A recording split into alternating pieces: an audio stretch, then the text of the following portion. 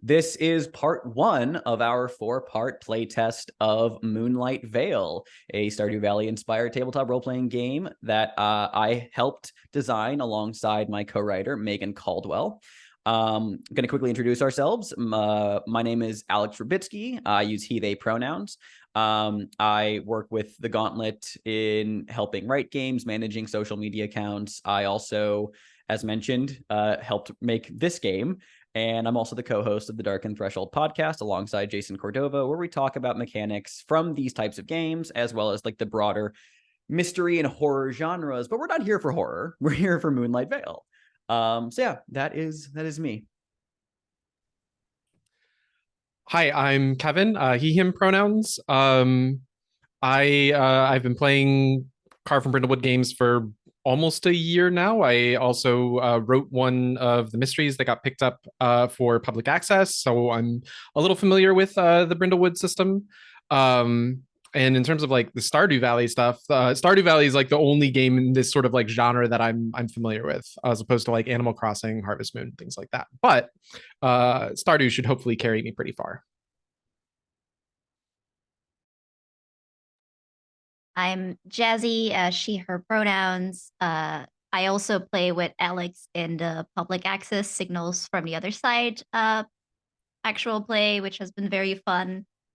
This is sort of a play test for me because when I don't know the touchstones of a game, I usually get frightened and don't want to play it. And I'm not actually familiar with any, like, I haven't played any of the games.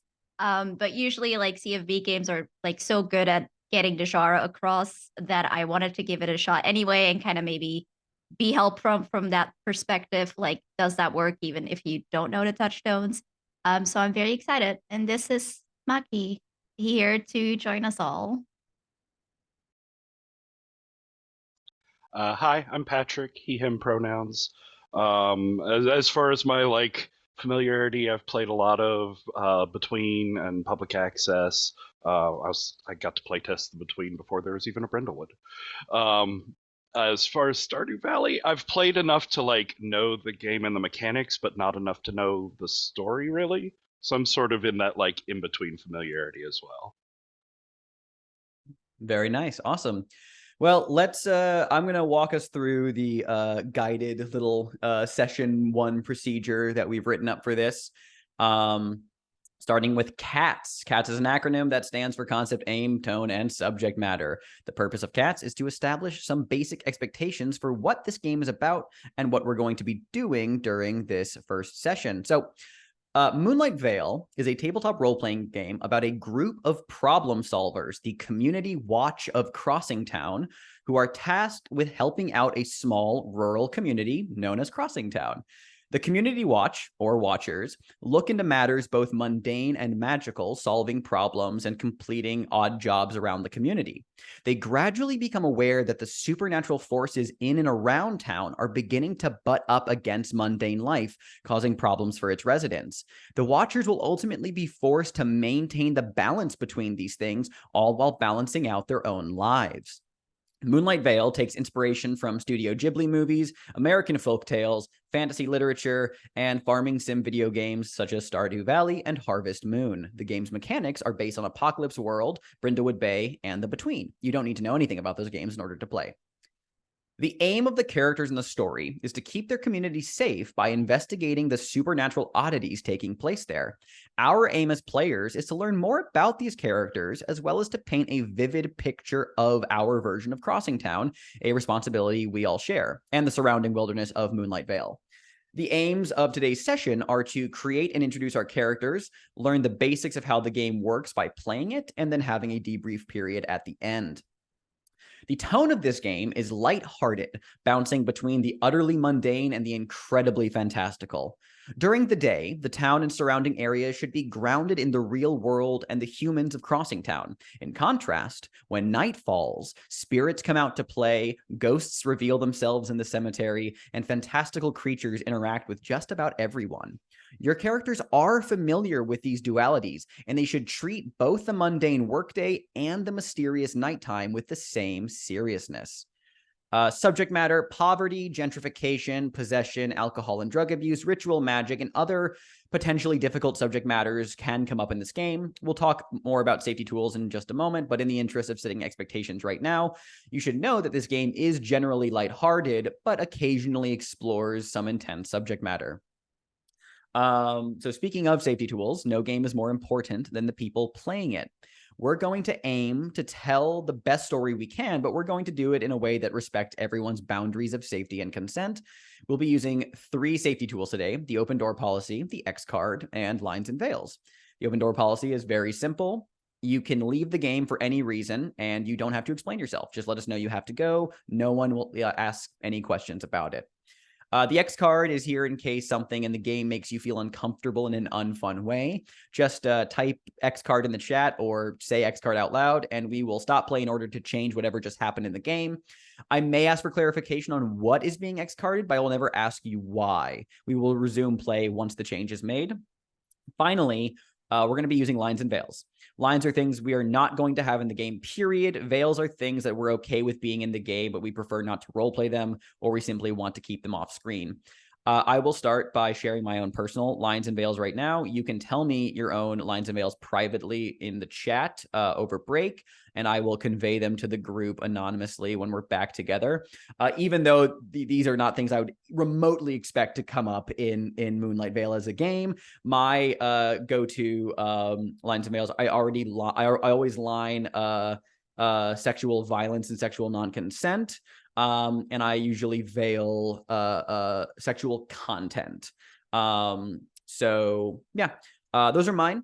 Again, you can message me privately over our break. But other than that, you know, hey, we're here to tell a fun little lighthearted story about small communities and magics. So before we begin character creation, I want to share a few more details about the setting. The game takes place in and around the small rural community of Crossing Town, the only settlement in a geographic region known as Moonlight Vale. It is a place inspired by rural Americana, though it does not take place in America or even our Earth. The valley is a several-hour drive from the nearest large city, surrounded by dense forests and a small mountain range. While the big city holds modern luxuries and conveniences, Moonlight Vale holds a spark of what most places have forgotten. Out here, fantastical creatures are real, remnants of ancient civilizations dot the land, and spirits share the world with humans, though it's typically polite to keep quiet about such things. The player characters are a group of people who have been living in Crossing Town for some time now. Crossing Town began as a gold rush settlement along the Moonlight River. When the ores dried up, the town never truly found its footing. Large parts of Crossing Town have fallen into disrepair, and it has largely been abandoned by the world at large. It has approximately 24 houses, a grocery store, a restaurant, a cafe, a library, a clinic, and a town hall. Children take the school bus to the next county over, but just as many parents choose to homeschool at the local library. Everyone knows everyone, and the town receives very few visitors. It is a place most only pass through. However, the town does have ample magical resources, and outside forces would be happy to exploit the town's current financial state. Unlike most places in the world, modern comforts and fantastical elements coexist in Crossing Town. Cell phones and the internet exist, and homes have electricity and running water, but there is a witch in the forest, and the mayor has a sword over the mantle. Even so, the magical elements of the world are rarely discussed by townsfolk. While not taboo, it's impolite to discuss such things while the sun is out. At the start of the game, these characters have not yet joined together to form the Community Watch. They each have been living in Crossing Town, attending to their various responsibilities, and feeling a slight lack of satisfaction in the directions their lives have taken them. We are going to explore their first experience solving problems between the mundane and magical together, leading to the founding of this new generation of Watchers. Different from other CFP games, which usually puts you in the situation like you've already been working together for a time. Like, no, you all may know each other, but we are going to explore the founding of the actual group dynamic in play. So yeah, At this point, we are going to pause the recording to go over character creation details, and we will come back when we are ready to introduce our watchers. All right, we have made our characters. If you have not done so, go ahead and change your Zoom names to feature your character names and pronouns alongside your own. We are going to introduce them. So going to do the same order I did for introductions. Introduce your watcher by name, style, hobby, and their moonlight move. So starting with Kevin. Alrighty. So Kai Cooper has a moonlight move of Dreamer. I think he's like hangs out on the outskirts of the city. His style is old flannel shirt, a beat up backpack, sturdy jeans, but I think like they're always like there's at least one knee or like the ankles are just blown out, but they're still like holding together. So technically sturdy.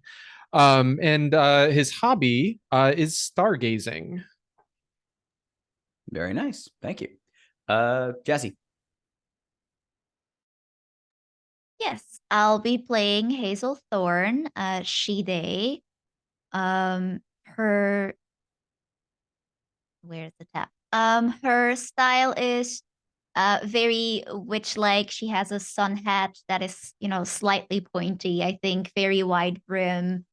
She has a long skirt in earthy colors. She always has muddy boots. Their hobby is dancing. And the move that I picked is Laylooker. So essentially, I am more aware of the magical nature, and it's like my job to look for these hidden pathways called ley lines. And that gives me some stuff that I can do. Very cool. And Patrick. All right. I'm playing Scott Sweeney, he, him pronouns. And I went with the seam stitcher move, but I also kept some of the like city slicker idea. I think he's fairly new to town. There was probably like another tailor or whatever in town that retired recently, and there was a spot open, sort of thing. Oh, we'll actually get to that because she's not retired, but you probably work with her. Okay, so we'll cool, talk cool. about that. Yeah. So I went with for style a stylish scarf, and this is sort of anime linked, so it's obviously got to be like too long and blowing in breezes, sort of thing. Leather jacket, a seemingly endless supply of new ones because they're always just too nice to get dirty, and then they get dirty because it's a pastoral setting. And graphic t-shirts because why not?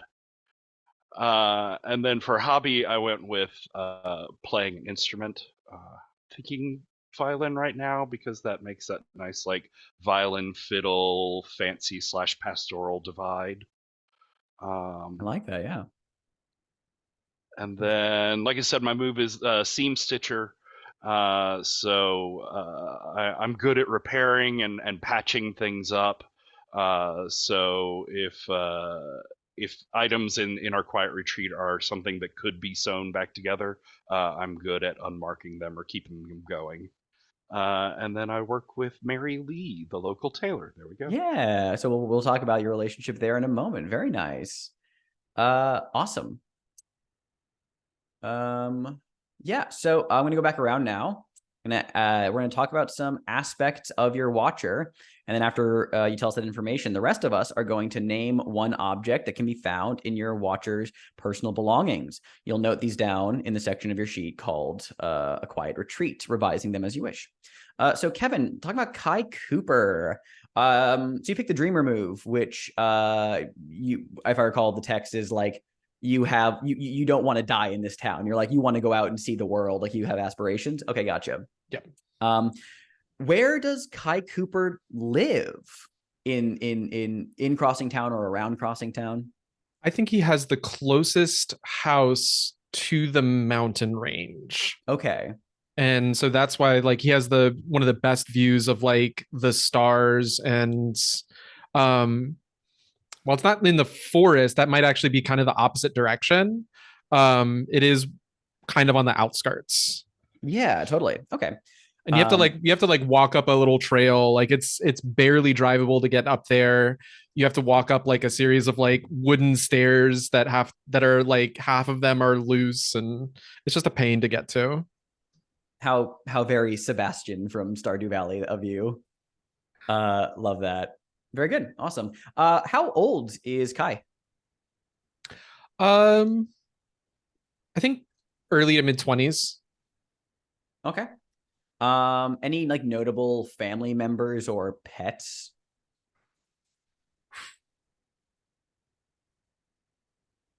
Yeah, I think both of his parents still live in this house. I think they've been living in Crossing Town all their life. And that's kind of why Kai needs to leave. Totally. Yeah, no other siblings though. And I think there's a family dog. I don't know the dog's name yet. That's totally okay. Love that. Now, as per your Moonlight move, everyone's Moonlight moves give them a connection to characters in the setting. For the Dreamer, I'll read your move here. You have to diligently keep track of your funds and hope you can save enough for the goal. You regularly hang out and bemoan your life in town with Valerie Gonzalez, the local punk. What is your relationship there like? I will give you a little bit more detail about Valerie because we have a cast of some recurring characters in Moonlight Vale. And this is by no means restrictive, but it just gives you a little bit about what we have here.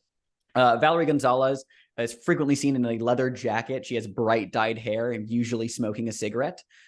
She's the younger sister of the town's like local handyman. She's still in high school. So she dislikes being here and also wants to like escape the Vale for good. And I'd say that you would probably know that for reasons she would not disclose, she is currently attending therapy sessions with the town's priest. That's a little character detail I'll give you. So what do you think Kai's like relationship there is with this high school student like punk who just also wants to get out of the area?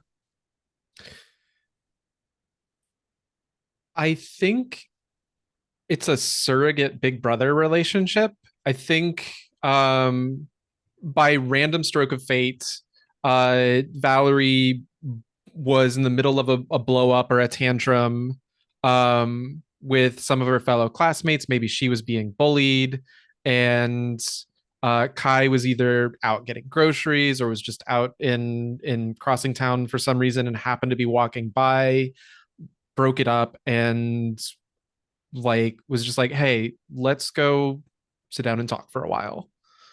Okay. And they both kind of bonded over wanting to get out of the Vale.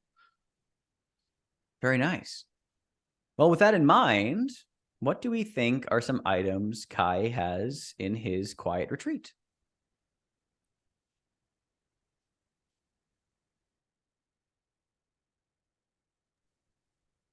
I have an idea. Because you said your hobby was stargazing, right? Mm-hmm. I think you just have a telescope, for looking at the night sky. Very important for stargazing. 100%.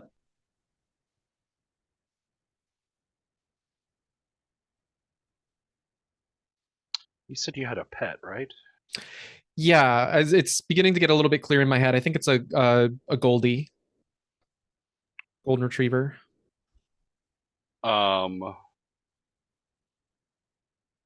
So I think you have like a squirrel-shaped chew toy, like the dog's favorite toy. Okay. I think you have a stack of postcards that show like distant and exotic locales that you hope to visit one day. All right. How do you feel about those? I love them all. Fantastic. Jazzy, let's talk about Hazel. Where does she live in the Vale? I think she lives somewhere like a bungalow slash hut, like in the edge of the forest, or maybe a little deeper in the forest. Okay, I like that. We'll talk about your relationship with Marlene in a bit, but yeah, okay. How old is Hazel? How old did we say that Kai was again? Sorry. Like early to mid 20s? Mid-20s, yeah. Okay. Yeah, I think Hazel's probably something like that. Maybe like start 20s. Still pretty young, but like feels like she's very much an adult, and has it all figured out. Totally. Any notable family members or pets? I think she has a toad called the Admiral. Um, and she's got to have a black cat, uh, called Shadow Lord. Incredible. Shadow Lord as in one word or two? Two, also called His Majesty and just the Lord. You she doesn't use the last one around the priest, but we all know That's true. fine. The god of the valley is a woman anyway. So Exactly. you can have There any. we go. Yeah. Okay. Fun. Love that. So yes, as per your move of lay looker, let me get it up here. You have received training in the fundamentals of magic from Marlene Jones, the local witch that lives in the Endless Weald. Let's talk about your relationship. So here's a bit about Marlene. Her vibe is comfortable flannels, and an assortment of like trinkets that she usually wears at her hip. Very like cottage core, lumberjack witch kind of vibes. Gracefully aged face, but is clearly like up there in years. She's the kind of woman who's like firm and not afraid to speak her mind. She knows a lot about the spirits and magic of the Vale and lives in the Endless Weald in a small cottage, only really comes into town to celebrate festivals. So what do you think your relationship is like, and other dynamics that come to mind immediately? I'm thinking it's almost like a grandma slash mentor vibe. So it's both like there's a very motherly side to her, and she like very clearly cares for Hazel, but she also has like a whole lot of expectations of, how the job has to be done, how it has to be carried on, how you do this and this and this. And there's like very much that element of, I am teaching you something, so do please listen. I love that, and that's extremely true to Marlene's character. Amazing. All right, what do we think we can find in Hazel's quiet retreat?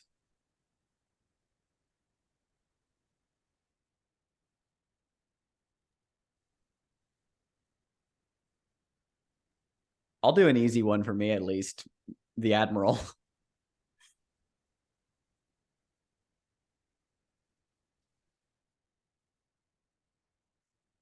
I feel like you have to have either like a satchel of aromatics or like some kind of quartz or crystal. Something witchy in that vein. I'll let you pick like your favorite of those two.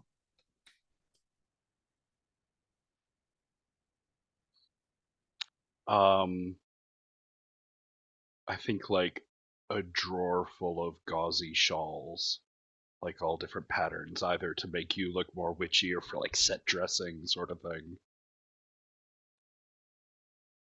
Oh, those are great. You like those, Jazzy? Fantastic. All right, let's talk about Scott Sweeney now. So, same question, Scott. Where does he live? As close as he can convince himself to the like there is a downtown to this So town. as close to Main Street, it's just Main Street. Yeah. It's just I need to be able to see at least 3 other buildings, please. yeah. Very easy. Yeah, this is a single stoplight town, and it's just bustling with activity over there. So it's the closest on Main Street. Love that. How old is Scott? I think similar age, sort of mid-20s. Like he went to design school in the big city, and he's ready to make his mark on the pastoral world. I don't know. I love that. I love make his mark on the pastoral world. I love this. What about any notable family members or pets? I think he's got a sibling back in the city. We'll go with a sister. Okay, cool. And yes, so as And per pets. I think I think he has a bird, like parrot, something that sort of talks, because it had learned how to make like traffic and crowd noises when they were living in the city. And so that every now and then, like, it just makes a little bit of noise. It's so quiet here. yeah. It's nice to hear like a honking truck or someone screaming at a pedestrian. Oh, I love that. Yeah, awesome. So as per your move, you have a relationship with Mary Lee, Crossing Town's local tailor. Little bit about Mary. She owns oh God, what is the name of it? She owns the store Ariadne's Loom, is what it's called. Nice. Yeah. She's the tailor in town. She usually varies between being like horribly busy and horribly bored. But she's a very like boisterous kind of like laughing woman, laser focused on things. She has like, dark hair, well-fitting clothes, very worn down shoes. And she is the only like clothing shop and tailoring service in town. The other alternative would be to go to Mojo Mart, but I mean, who wants to go to fucking Mojo Mart? Oh. Yeah. She has a husband and some kids, but yeah, I mean, like you help her. What do you think the relationship there is?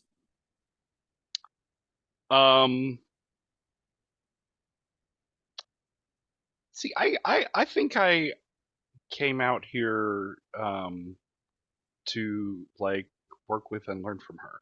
I think maybe she came and did like a lecture or master class sort of thing at the university or at the fashion school while I was there. Um, Interesting. Very cool. I don't know. I feel like Ariadne's Loom, she might be really good at lace or something like that. Oh, very Um, cool. and so like I just got it in my mind that like I can learn from her. I can like perfect what I want to do working with her. Like moved to And town, showed up on her doorstep and be like, I'm here to learn. yes. like teach me. You remember me from that weekend seminar 2 years ago? Obviously. Obviously. And I bet she's just like, yeah, she's like, well, I'm so overworked. So yes, I'll accept. Here, patch these overalls. Exactly. Welcome to rural living. Hope you're good at patching. Love that. Okay, what do we think Scott has in his quiet retreat? I think everyone who studied in a big town needs to have stolen at least like one traffic sign. So I think you have like a traffic sign or a traffic cone that you brought from the big city with you. Yeah, I'll figure out what the street name is at some point, but I love the traffic sign idea.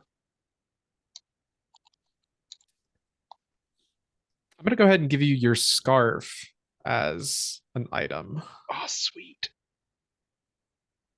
And I'll give you your fiddle as an item. Oh, nice. Love Yeah. it. Or violin, whichever one you go with, yeah. It's definitely fiddle. What Yeah. sort of hobo do you take me for? Awesome. Are you happy with those? Yeah, no, those are great. Awesome. Then with all that in mind, we are ready to start playing. Let's take a 10-minute break. And when we come back, I'll introduce our lines and veils and get us ready to dive into Crossing Town. All right, so before we begin playing, let me just communicate our lines and veils to everyone. We have lined homophobia and transphobia, vomit and slurs, and our veils are harm to animals and eye injuries. We also have some ask firsts regarding alcohol and substance abuse, self-harm, and suicide. So if any of those topics come up, just make sure that we are addressing them tactfully and asking and checking in and all that. Also, I want to tell you that even though this game is set in an area inspired by the rural United States, we are not playing in the real world, and we aren't going to dwell on historical and cultural accuracy. We will do our best to represent the culture and vibes of Moonlight Vale, but, you know, we're going to not necessarily have anything aligned to one prescriptive set of things, and that's totally okay. Also, I'd like to point out that in the world of Moonlight Vale, things like race, nationality, gender, ethnicity, sexuality, disability, and neurodivergence are not a social barrier. If there are no other questions, very well, let us begin. So communicating this both to my players and anyone who's listening, Moonlight Vale has a tutorial, we're calling it an introductory scenario, that in the game text, we're going to say that if any of your players have never played Moonlight Vale before, run this, like start with this. This exists to really like set the stage, get the vibes of both the setting and the overall kind of like game stuff itself. So this group will be the first people to ever play through this, because this is a result of some previous playtesting. So we're going to kind of introduce mechanics, drip feed them to you, but we're going to start with a very narrative heavy tutorial opening sequences. So we'll get to explore a lot of fun character details. All right, let's do it. We begin this story as the sun is setting and a whistle echoes across Moonlight Vale. It comes from the train station outside of Crossing Town, departing just before sunset, carrying off some passengers and cargo to distant towns. The whistle travels from the platform down a single road, following the Moonlight River as it cuts through a dense forest.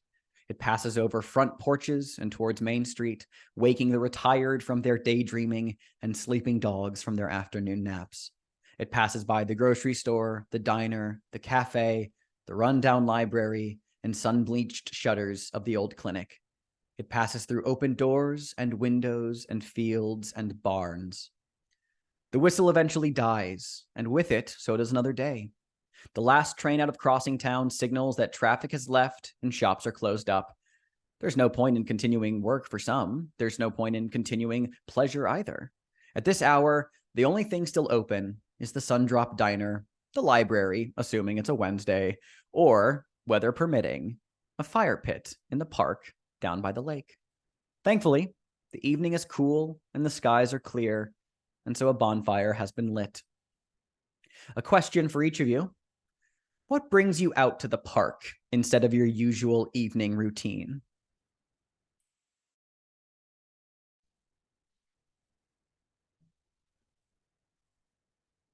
There is a sidereal event going on tonight, either like a meteor shower or comet passing over, something up in the heavens. And I gotta see it. Yeah, I think kind of jumping off that, I think the meteor shower or whatever is going to happen has a particular effect on some flowers that can only be picked tonight and are useful in my job as labor.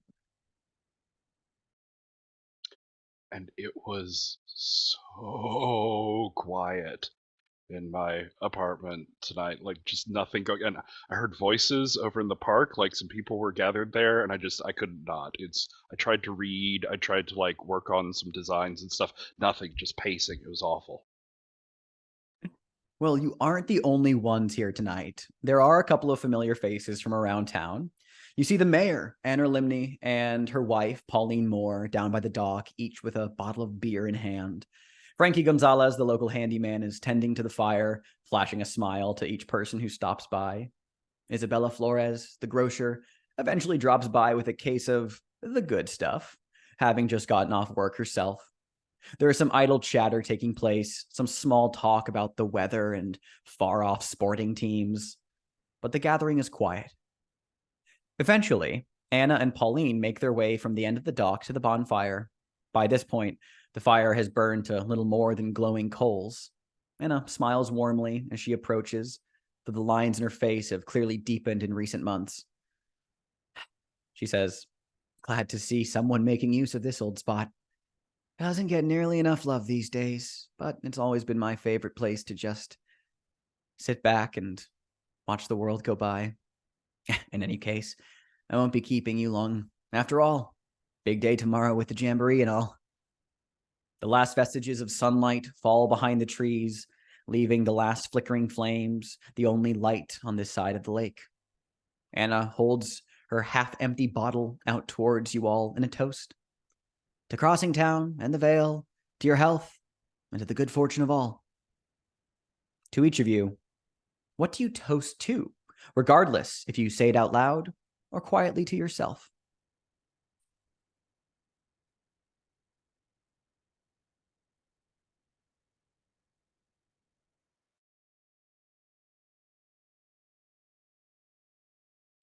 To something different. To distant shores.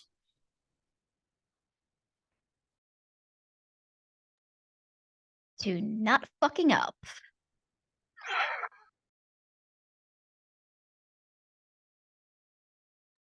The moon rises overhead, and with the toast and a drink, the day ends, leaving only the long walk home and the night. Now, for those of you familiar with Brindlewood Bay and the Between, we're now going to introduce loosely a mechanic from some of our games, which is the Unseen. The Unseen being a series of narrative prompts that the players get to read aloud and add to. Moonlight Vale uses an Unseen mechanic that we will explore in more depth later after this tutorial. For now, we are just going to narrate these prompts in turn, as I will assign them momentarily. There will be no connective tissue scenes between them. We're just going to kind of explore this narratively for now. I will put these in the chat. I'll put this in the chat for everyone's reference. But for now, I will say, I'm going to read this prompt out loud first. This is called "The Old Magic Stirs." The night is always host to more magic and mystery than the sunlit hours allow. In each region of the Vale, subtle wonders manifest under the blanket of twinkling stars. While the people of Crossing Town turn in their beds, heads full of sleep, the old magic of the land stirs. This first prompt is a paint the scene, so it'll be for everybody. This second prompt, I'm going to give to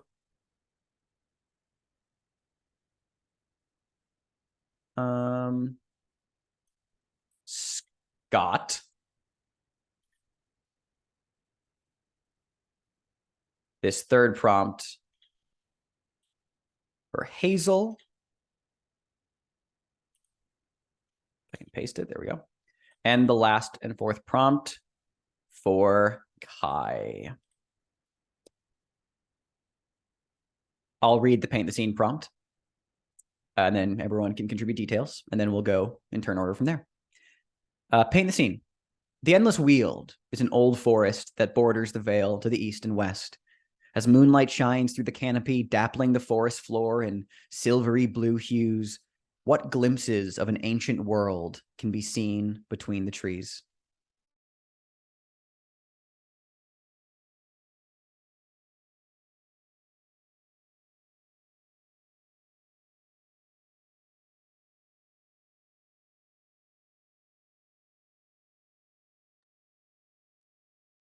Think some of the roots, as this moonlight illuminates them, they twist and round, like slither over the ground in such a way that they seem almost carved. as if they were once foundations of something that was lost, something that is no longer there. The foundations, much like the forest itself, always remains.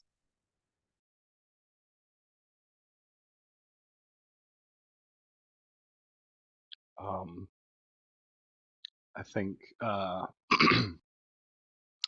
there's been some cloud cover over the moon, and it moves aside, and there's like a strong shaft of moonlight that comes down through the trees, and in the branches, these like dark, sort of unnoticeable pods start to open up into these giant, like whiting, silvery type flowers that are opening under the moonlight. They only open on the like strongest full moon nights.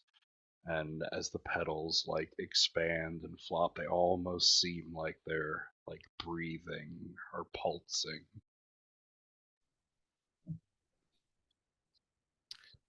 Maybe it's very deep in the forest, but I think somewhere far, far off the beaten path, there is actually just stone ruins. An arch with the upper right corner has long since fallen into decay. It's almost entirely covered in moss at this point.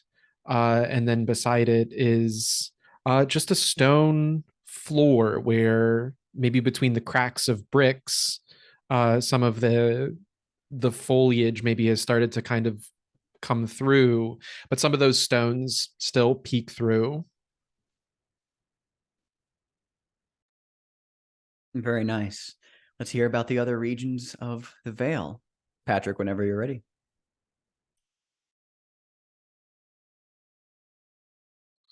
So, south of town, the Forgotten Lake's misty shores sit in a soft and somber contemplation of their gentle tides. Old Man Merkel, a local fisherman, snoozes soundly on his boat. What ventures up to the surface this evening before returning to the cold and comforting depths. So he's out there in his little fishing boat.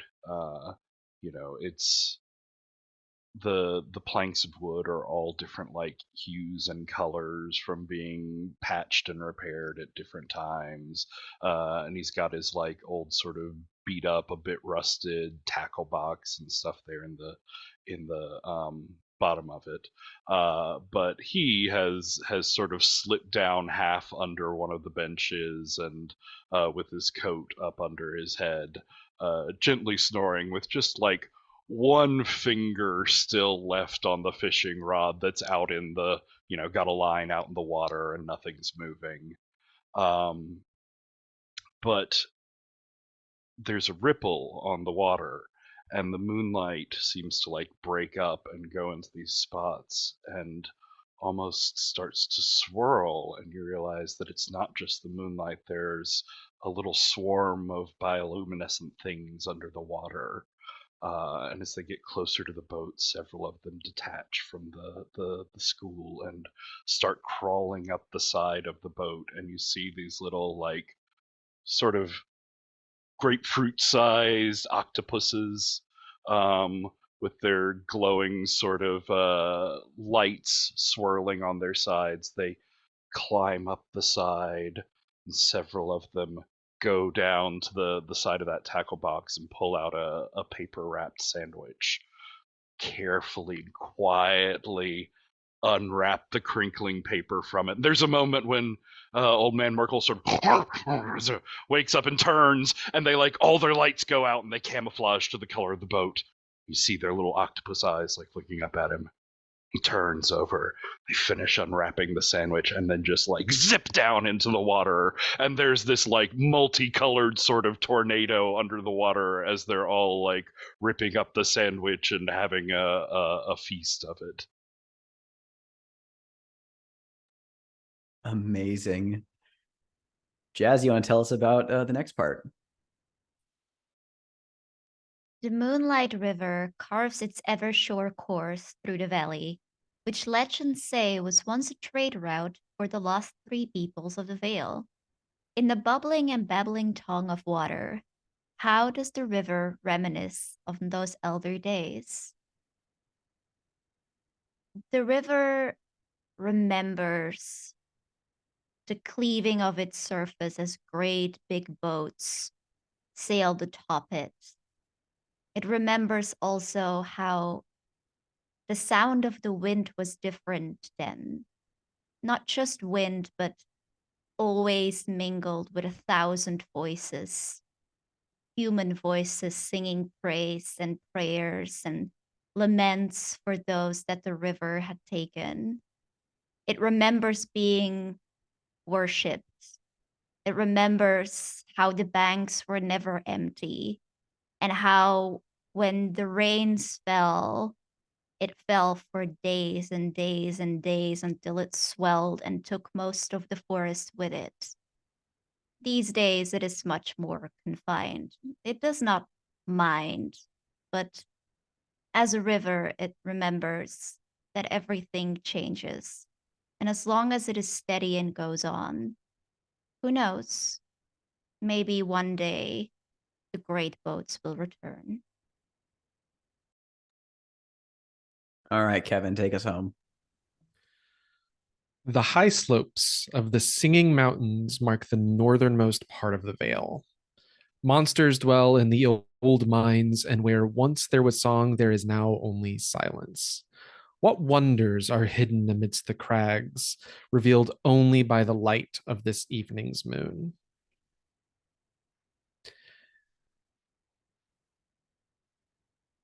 In the deeper parts of the crags, there are old feathers the size of people, indicating that a long time ago, perhaps, or maybe still hiding there still, just haven't been seen in a long time, are birds much larger than those we typically see in crossing town. But I think also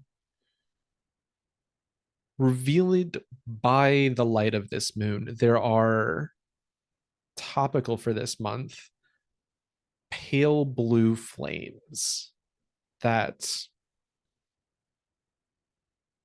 only appear under the light of the moon, and they don't have any braziers, they don't have any sconces that they're attached to. They just kind of float in the air and maybe drift 1 foot in any general direction. Little will-o-wisps, essentially. And they are only seen on certain nights of the year. Fantastic. Another night passes and another day dawns. Let's talk about what's going on. I get my sheet up here. So, our first little tutorial day, we have a little scenario called Preparing for the Jellymark Jamboree.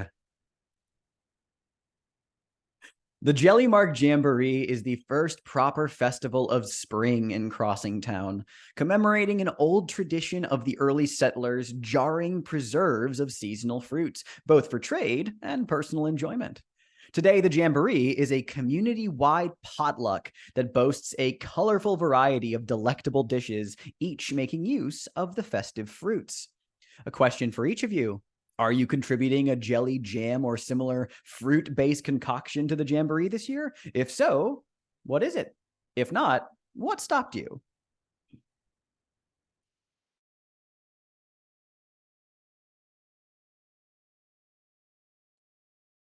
I think we see a little scene of Hazel.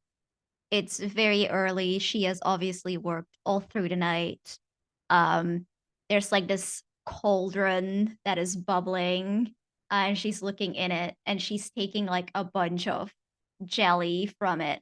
And she very enthusiastically turns around, big smile, and we kind of see Marlene looking and just shaking her head. The townspeople just, it's not that they're suspicious. It's not that, they don't want to. It's just maybe not the best thing. So they've been very politely asked to maybe just not.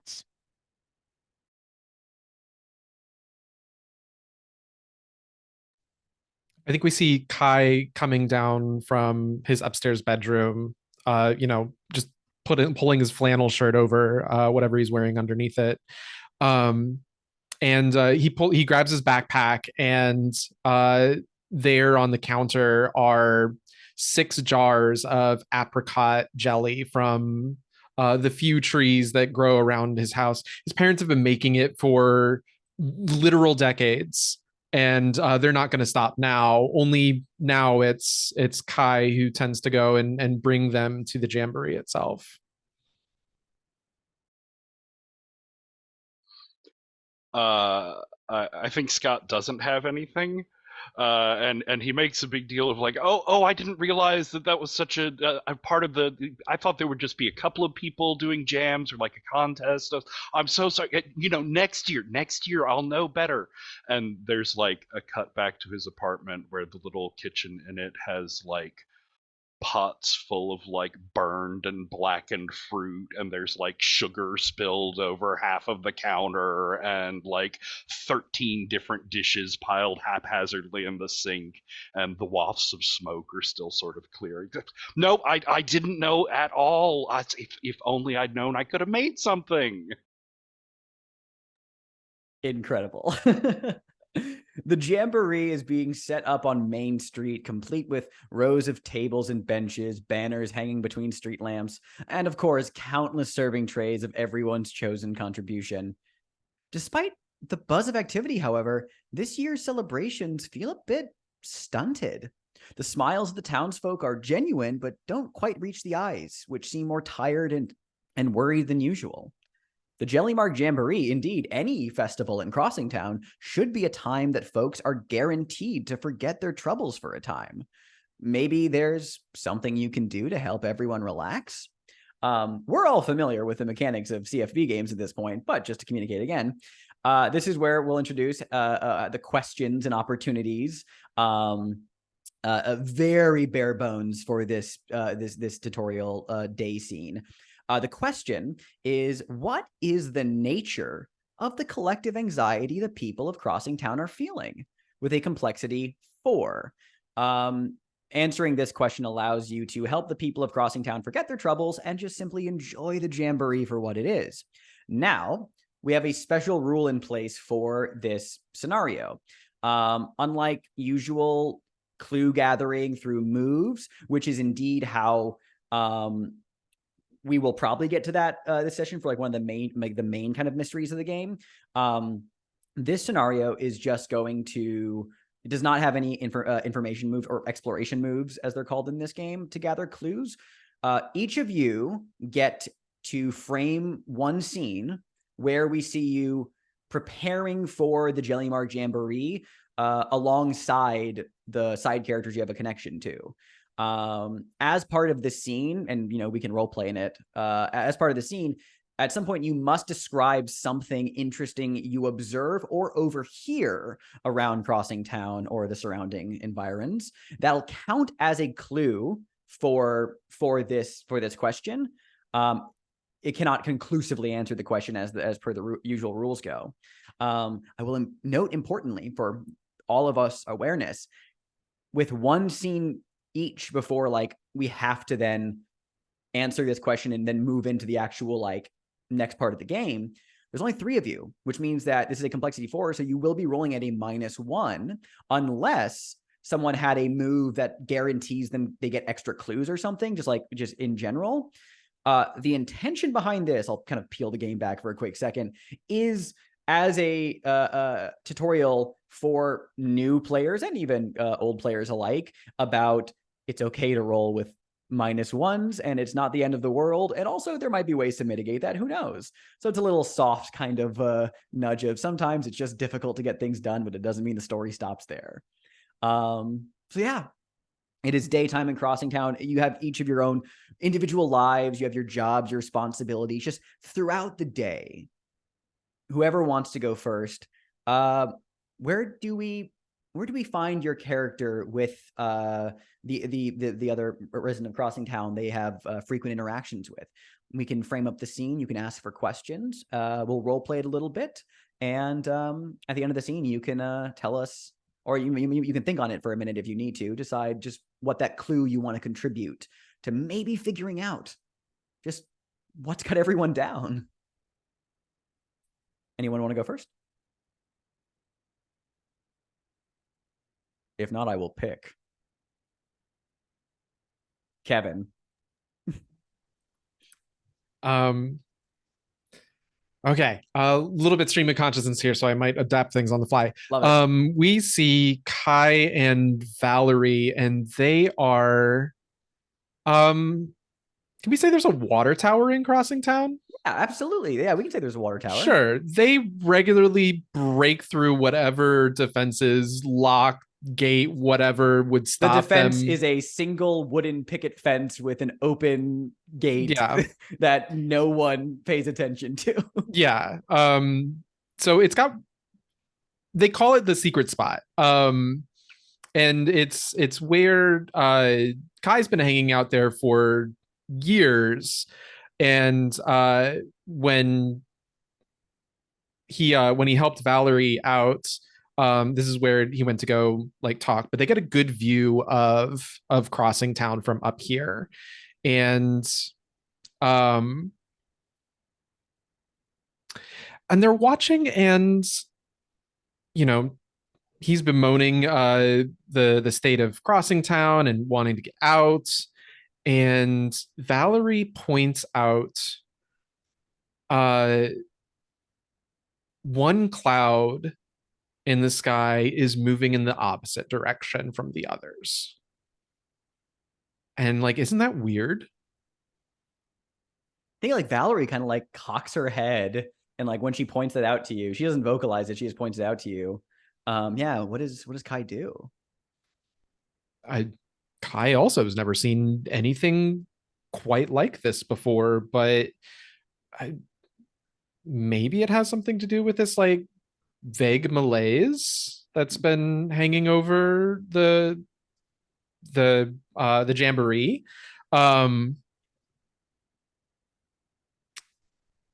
But he has no way to explain it. Yeah. Certainly not during daytime. I think we you know, just see like Valerie and Kai just like standing there on top of like the water tower, just like watching the sky, just kind of for a truly like eternal moment of just the pace of which a cloud moves across the horizon. And Valerie just kind of like deadpan looking out towards just somewhere else now. She just says like, damn, most interesting part about this town was a cloud today. That sucks. And she like very dramatically in that 16-year-old teenager way just like throws herself onto her back of just like dramatically. I get the sense that it's a little bit deeper than that, Val. But you're always looking deeper into things, dude. Yeah, you're right. You're right. Crossing Town ain't that deep. Oh, I know. It's got its shortcomings, that's for sure. Yeah.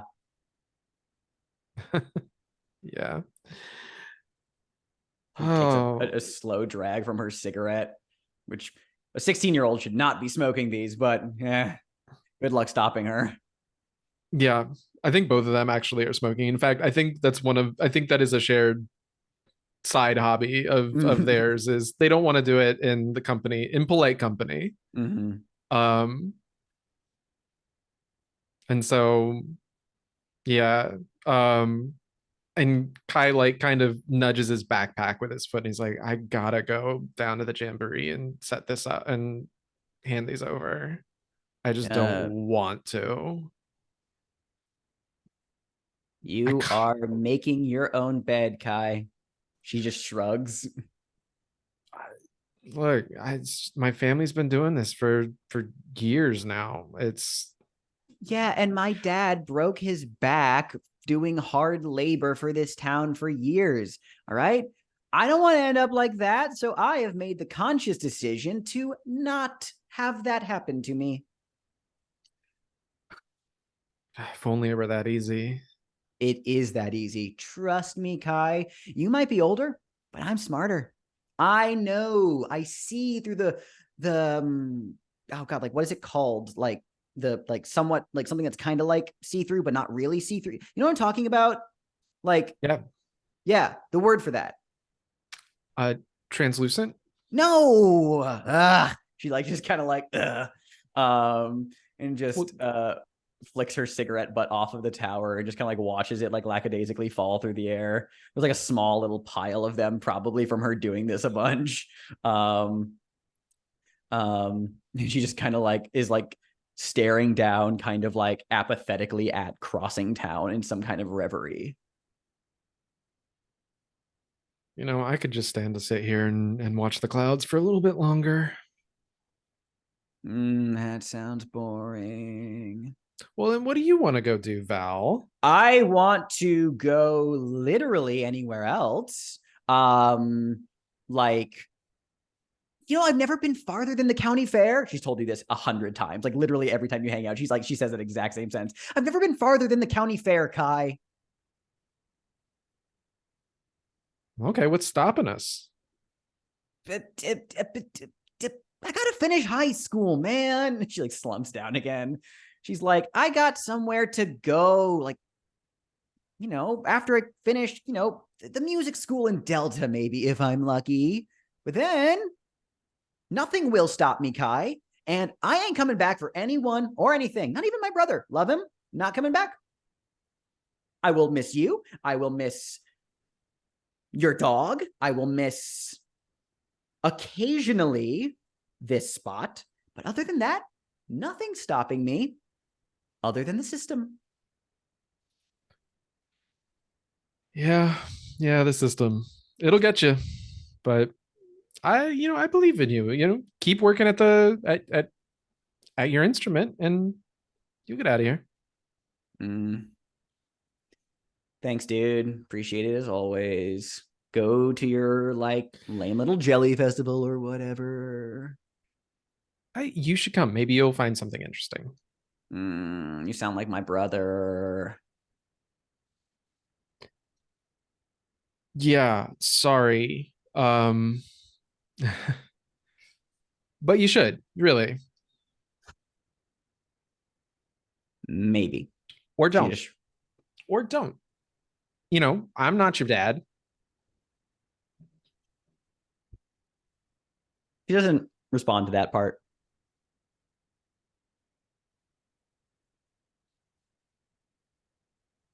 I think he has to at some point pick up his backpack and, you know, finish a cigarette, then climb back down the ladder and head over to is the jamboree like happening in like a town square? Yeah, it's like Main Street that kind of like runs through the center of Crossing Town is where they're going to be setting things up for the festival proper. So you can begin making your way down that direction, leaving Valerie to her rebellious reveries atop the water tower. Let's cut over to another character. Let's cut over to Hazel. Let's get some magic in our lives right now. Yeah, Kai, if you'd like to, I know you mentioned your clue a little bit there, but if you want to consolidate that in the chat for us of what you wanted your defined clue to be. Hazel, set the scene with you and Marlene and whatever's going on. Yeah, I think it could be fun to sort of pick up from that little scene that I narrated. So she's like still holding the jellies, and Marlene is kind of like shaking her head, and Hazel just she has like this flash of panic of like, oh, I fucked up. They're not good. And then she like looks and she kind of understands the unspoken thing that maybe the villagers like don't want it. And she says like, oh, well, all right. Jamborees are childish anyway. And they didn't even give us like a firstborn or something in return. Firstborn? Like we could like pan over to like Marlene, who is like in her like kitchen. Like I think this is in her cottage, maybe. Like this is where we are. It's like right now. She like which is truly just like witchy like lesbian lumberjack kind of like cottage vibe of just like hanging bushels of herbs, but also just like an eclectic assortment of just random things and all that. And she is like, please do not tell me I heard you use the words firstborn. Have I?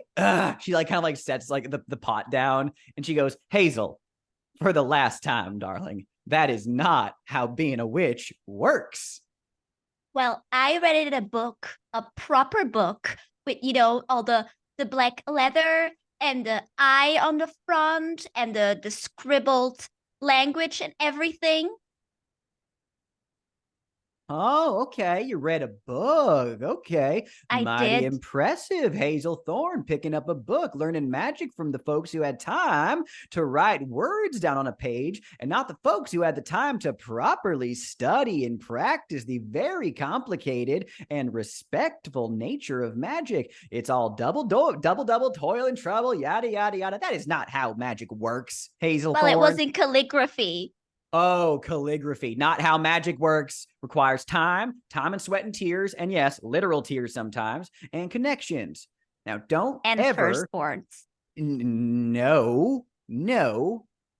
She kind of like puts like a finger up to you, just like hush.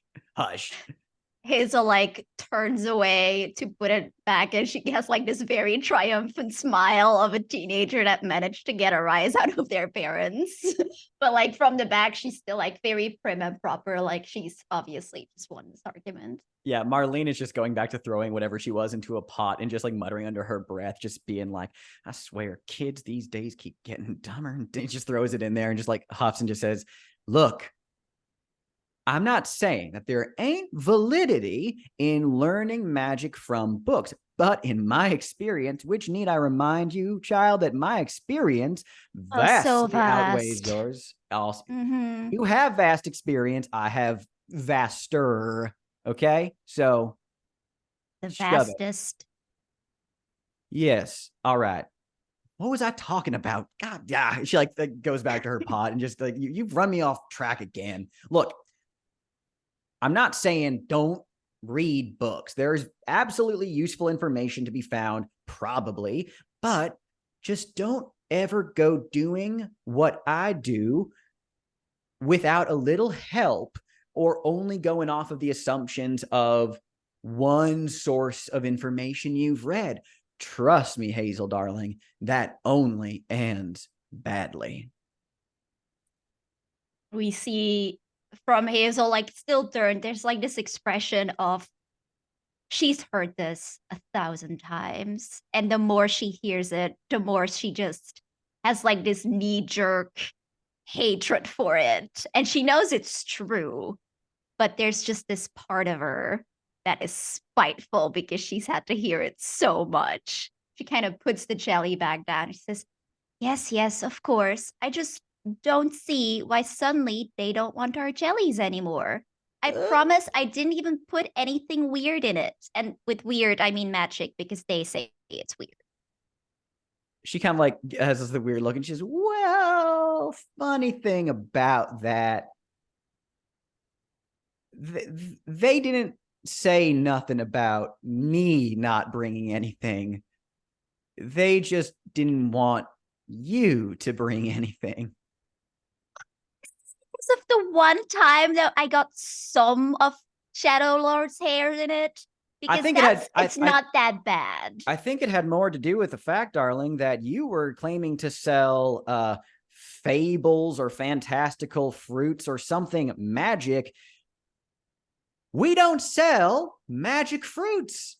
We don't give out magic fruits. You want to know why? Because there are no magic fruits. Because if you wanted to harvest a magic fruit, you'd need to do magic. Well, it was ironic, as in magic shrooms. And it was going to give them very funny dreams. Yeah, so I think you've self-answered the question as to why they are preventing you from bringing anything this year, Hazel dear.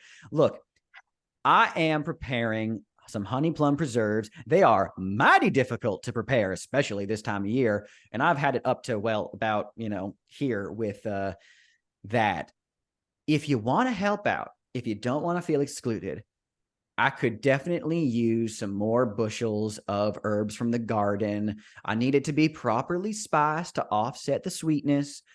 I know that you are bored and more than a little vindictive in your ramblings there. But why don't we work together on this one? And I can tell the good people of Crossing Town that this is from the both of us, and we can patch over the incidences of last year. Right? We build bridges, we don't burn them, right? Unless they deserve to be burned. Let's be very clear. Some bridges need to be burned. Well, I don't think that I have anything to apologize for, but fine. Also, I don't feel included. I don't care what they think about me. And then she'll like swish her cape, like swish the shawl that she's very deliberately draping like a cape and a cloak, and she'll swish it and she'll storm out. As you're storming out, Marlene calls over her shoulder, being like, "Don't forget to wipe your boots. I don't need mud sprites running around my kitchen again." And then you slam the door. Very good, very good. I'll let you think on a clue. We'll double check with you. Let's get that scene with Scott now. Scott and Mary Lee. What do we want to set this up? So, what did you say the name of the shop was again? Ariadne's Loom. Ariadne's Loom. Yeah. So I think we're in the shop there, and Scott is like really excited because for once they're working on something that's not just patching up overalls and fixing holes in shoes, that sort of thing. I assume the town has a mayor. Yes, Mayor Anna Limney. She is the mayor of Crossing Town. So I think there is a tradition every year that she comes dressed extravagantly in a new outfit as the mayor of Jellytown for the day.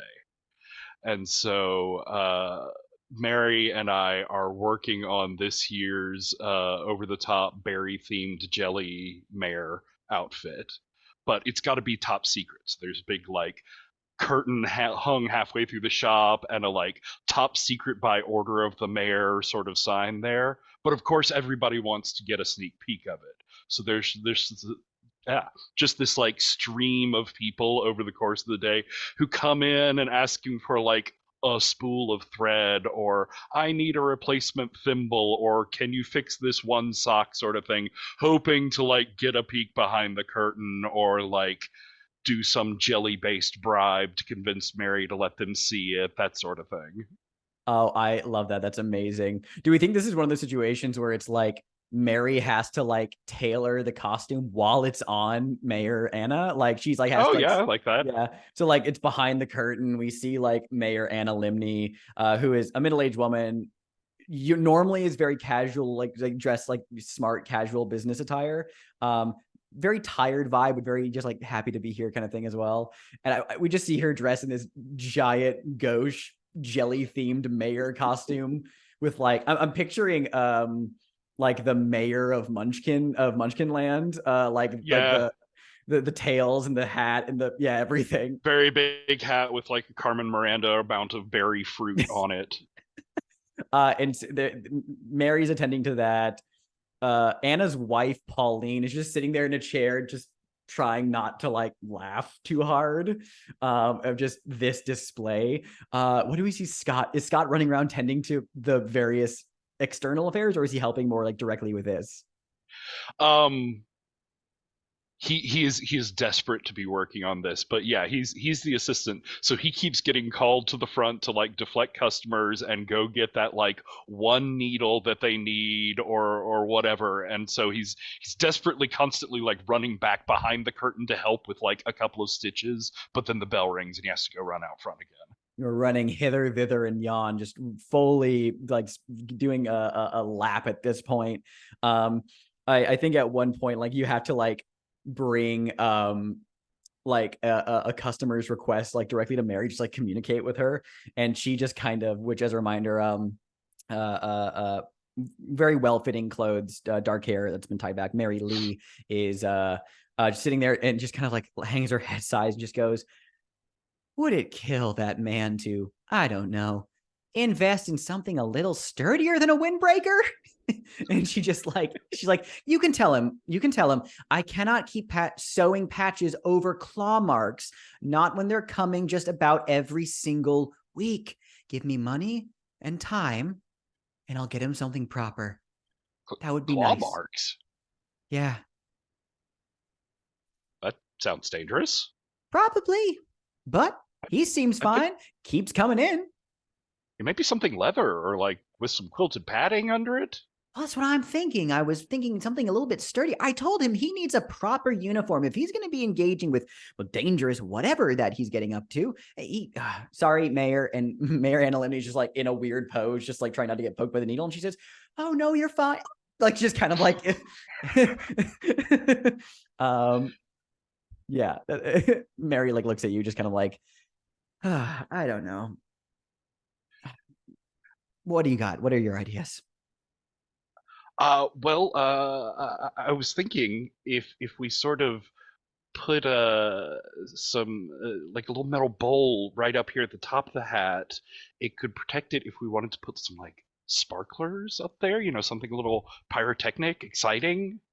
Mayor Anna says, I don't think, and then Pauline says, no, I absolutely think that's a good idea. You should do that, right, Anna? And Anna's like, okay. And Mary just kind of just like looks at you with a smile, and she says, here, you've got capable hands. You take over. I'll deal with him. And she like goes like throws open like the curtains, and she says, how many times have I told you? And then like just goes back and goes deal with the customer, and leaving you to tend to that.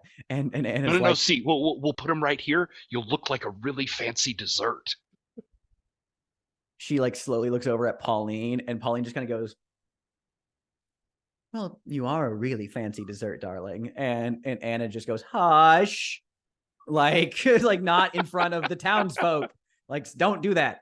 Anna is just kind of like, okay, sure.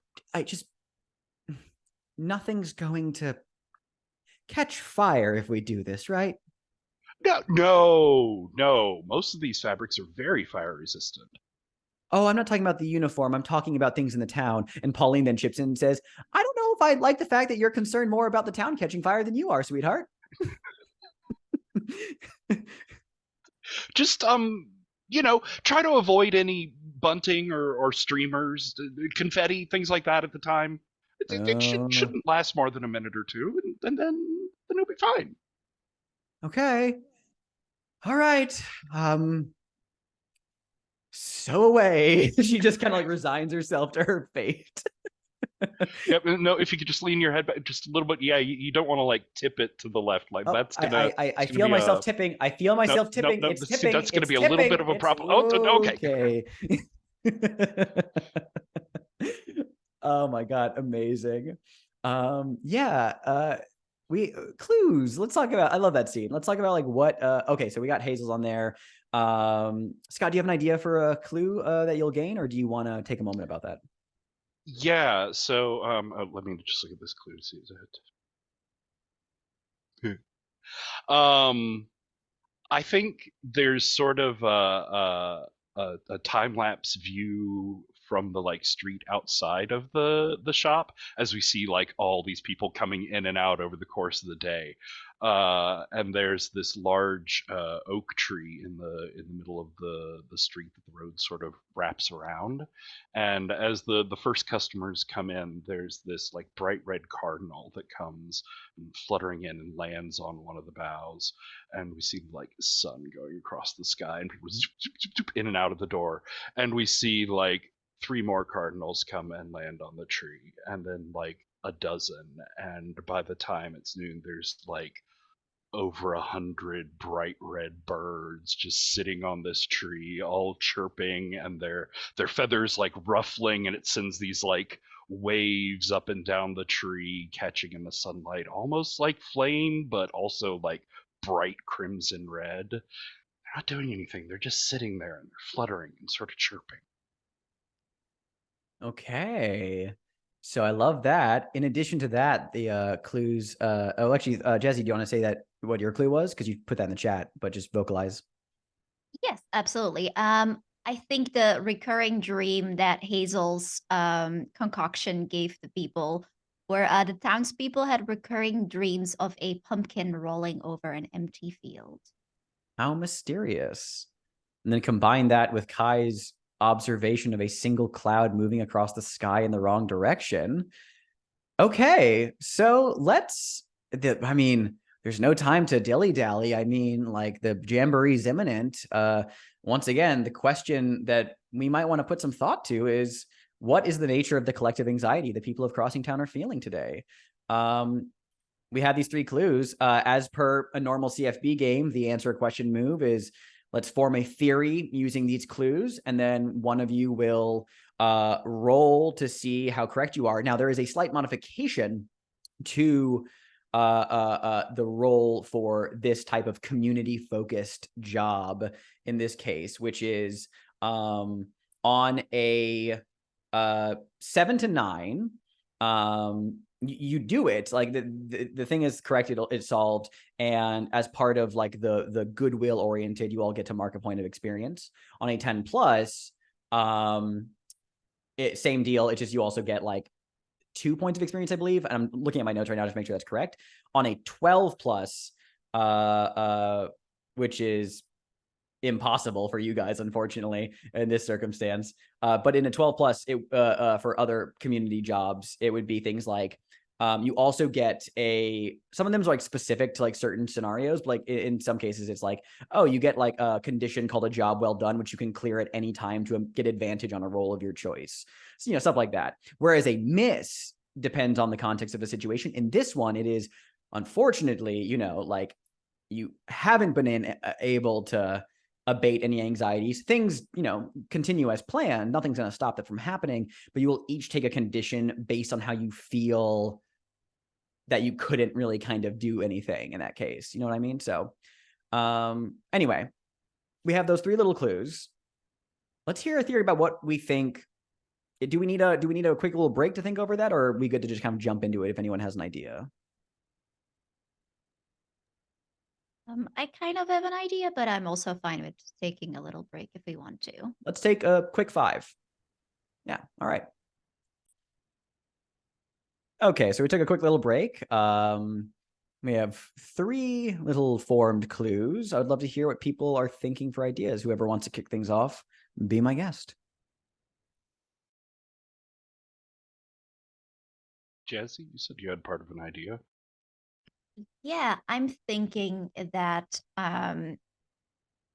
this is a spring festival, right? So it's sort of like the whole idea is, like new life, new beginnings. And I think that these dreams of that pumpkin, which, is very much a symbol of fall and sort of like the decay of things, rolling over an empty field, and then all these birds that look like red, like something is aflame. I think that the townspeople are afraid that like the harvest is going to be really, really bad. Like this new beginning is going to be, like not a very bountiful beginning. Like there's something, maybe the cloud as well is like indicative of they're afraid that the weather is going to turn. And there's like, if we can somehow prove or do something that's going to either show that, we have the tools to work around that, or that it's not going to be bad, or like give like a counter sign or symbol, then that is going to make them feel a lot better. I see what you're saying. So you're saying that it's like everyone's seeing omens everywhere that's making them think, like, like the birds being like, oh, that the tree, like resembling a fire. Okay, so like that's okay. Kevin, I see you have thoughts. Go off. Yeah, I just kind of want to riff off that. Like the thing in my head is, it's like when stores put out their holiday decorations like 3 months too early, everybody's getting like signs of autumn in spring, and that like summer is just maybe a fun holiday in Crossing Town. It's everybody's favorite holiday. School's out, weather's nice. And if people are already thinking about the autumn, even though it kind of has cozy vibes, it also has that the pool is closed, school's going back in session.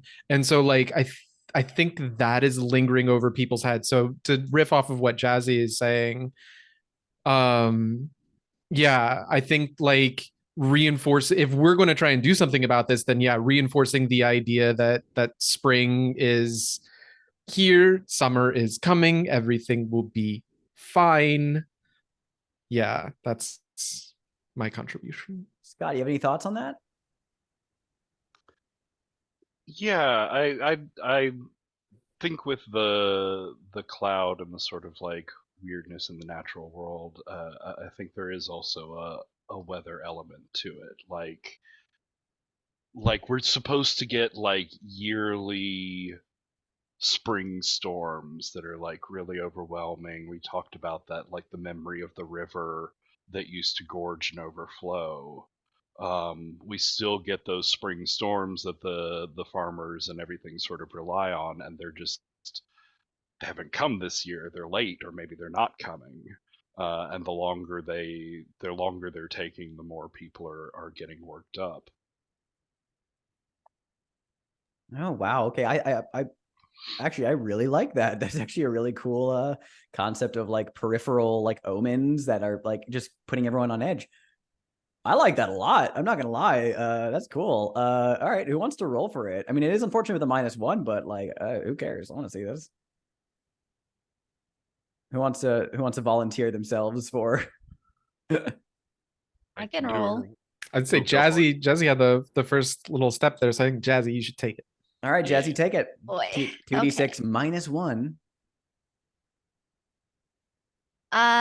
Well, it would have been a 10, but it is a 9 because That's- of the -1. Hey, that's still Hey. really great then.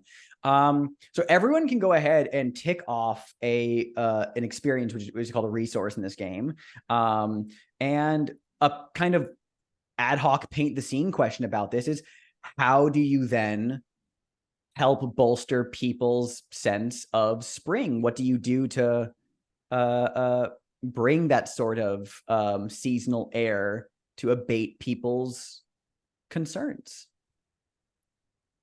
I think we have to make an omen, or like find an omen. We have to have something good to counteract all this. Ooh, I was thinking the interesting. same. okay, I'm here for it. I like that. Yeah.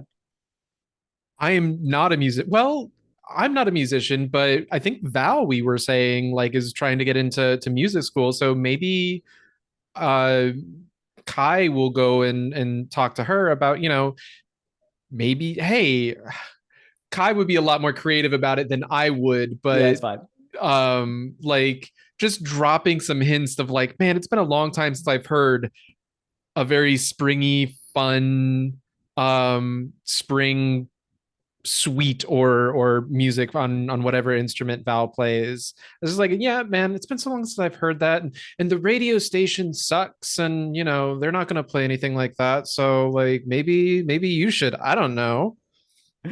Love that. Make the teenager do it.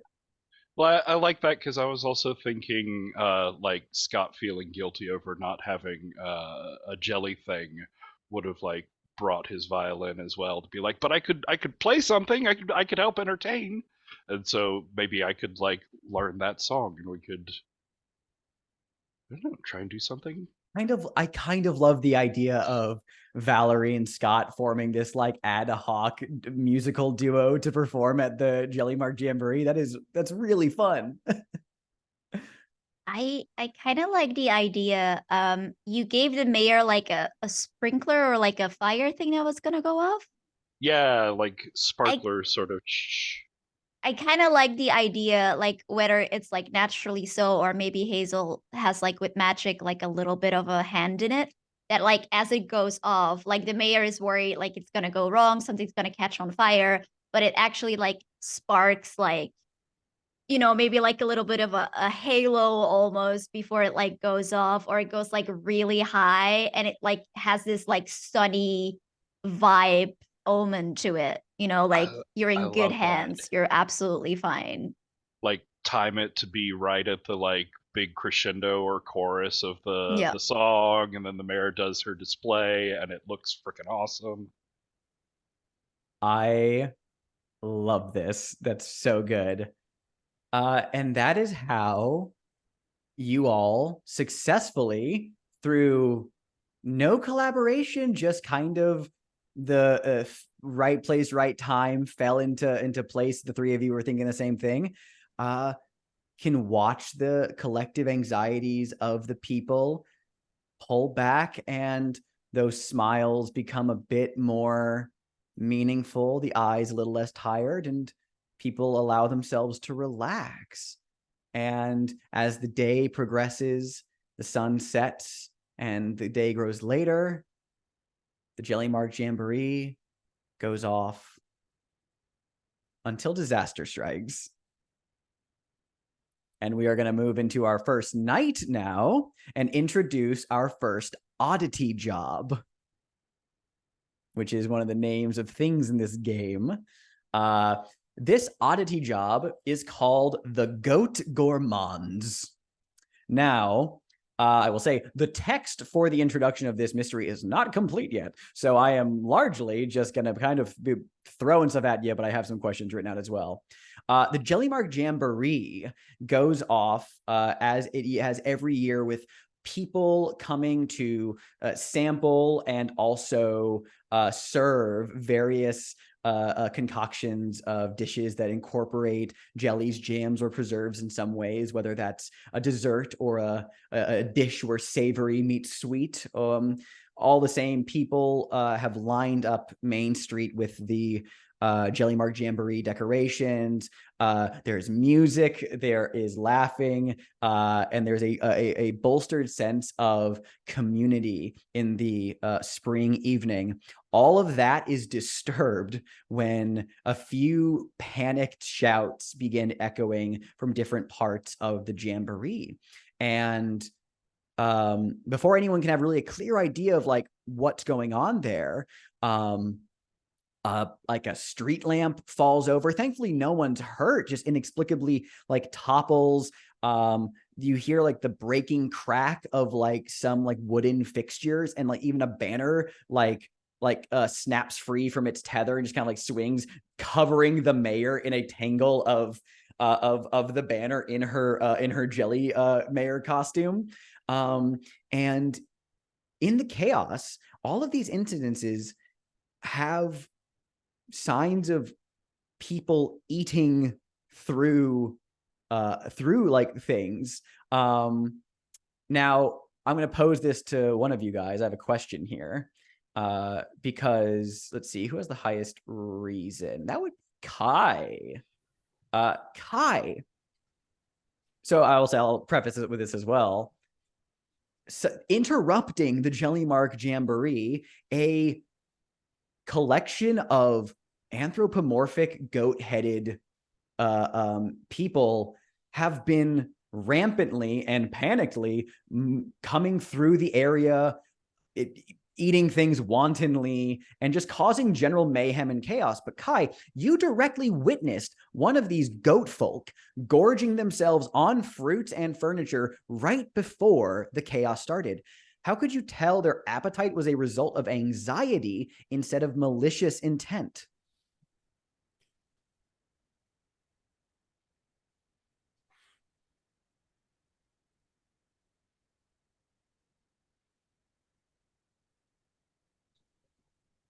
I think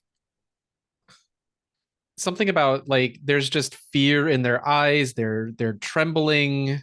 I think one actually got really close to Kai, or Kai got really close to one of them, happened to just be right around the corner. Oh, that's it. Yeah. So Kai happened to just be like right around the corner around one of them, and like almost accidentally bumped into one and saw up close and personal, like if it was malicious intent, it might have attacked him. But he got to see up close and personal this sort of like horror expression, or anxiety, just sort of like locked on its face. Fascinating. After the everything just went higgledy-piggledy, like people kind of like scattered trying to help, like fix things that are beginning to like fall over and things that are broken. People were panicking, like food was like strewn about, and in moments the Jamboree was not what one would say was ruined, but has come to a rather unexpected finale. When the air clears, these strange visitors, these goat folk, have fully dispersed and disappeared into other parts of the town, and are running rampant, doing who knows what and who knows why. And the mayor is trying to figure things out. Now, interestingly, Hazel, I have a question for you. You grew up hearing tales of the Mountain Kin from your grandparents. What was your favorite story? And additionally, what about that story makes you suspect these goat folk wouldn't have come down from their mountain home without a strong reason?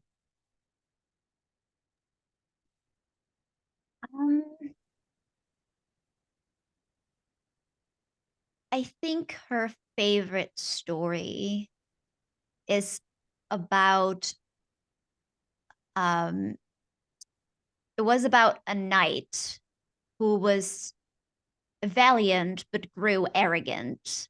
So arrogant that he didn't properly that he like gave up respect for the gods and nature because he believed that he was more powerful than any god, that he could defeat any evil. And in his arrogance, he slayed a divine goat sent by one of the gods that is like sent to be, like the one of the goat folk, like the mountain goat folk. And he was cursed because of that to himself become a goat and sort of like, learn forceful humility in being a goat that was, not he wasn't accepted by any farmer. He wasn't allowed in any towns. He was, like he was treated as a pest. He wasn't wanted. And so this cursed knight traveled and traveled until he ended up in the mountains with these other ghost folk. And instead of casting him out or like driving him away, the others took him in very, very slowly. Like most of the story is about that very tentative respect that is growing, like almost, they're on one side of the river, he's on the other side. But slowly, slowly, slowly, they learn to trust each other until he finds a new place. And with this newfound respect and humility, he has a chance in the end to have the curse be undone and return to humanity. But he chooses instead to stay. And it's, like legend has it that they're never seen again. So Hazel knows like there's this part of them that could have been human, that could have gone to us, but they explicitly refused this. Like they wanted to stay where they were and they wanted to have their own ways. Wow. In the aftermath of things, nothing is resolved, nothing is fixed, but it seems that you three are the only ones in your own collective minds of like, you see the discontent, the anxiety, and like the vibe that just this is not right. Something's going on here. Question for all of you: why do you feel particularly driven to help resolve this situation yourselves, where no one else is?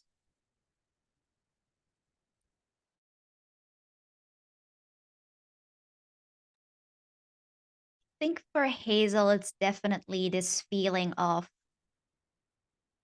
not one, like she wants to protect these mountain folk. She doesn't want them to be seen as something bad because of that story that she loves so much. But also, I think a part of it is like she kind of resents that, like, it's not polite to talk about magic except in the night. Like, she thinks that's a really silly rule, and she feels like that's why she is sometimes left out.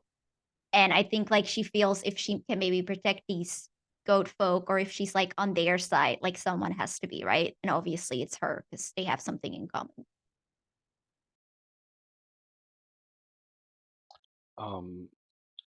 I think Scott is sort of like overcompensating with helping with this because in that moment of chaos when all the like streamers and stuff fell down on the mayor, Scott saw like there was a moment when part of the streamers, like there was one little ember left from the fireworks and it sort of like glowed for a minute like it might catch fire, and like there was a world where suddenly everything caught fire and everything was ruined because of Scott. But it didn't. It went out. It's fine. He said it was fine. It was fine. But he's got to help now to make sure that no one thinks about how he almost burned everything down.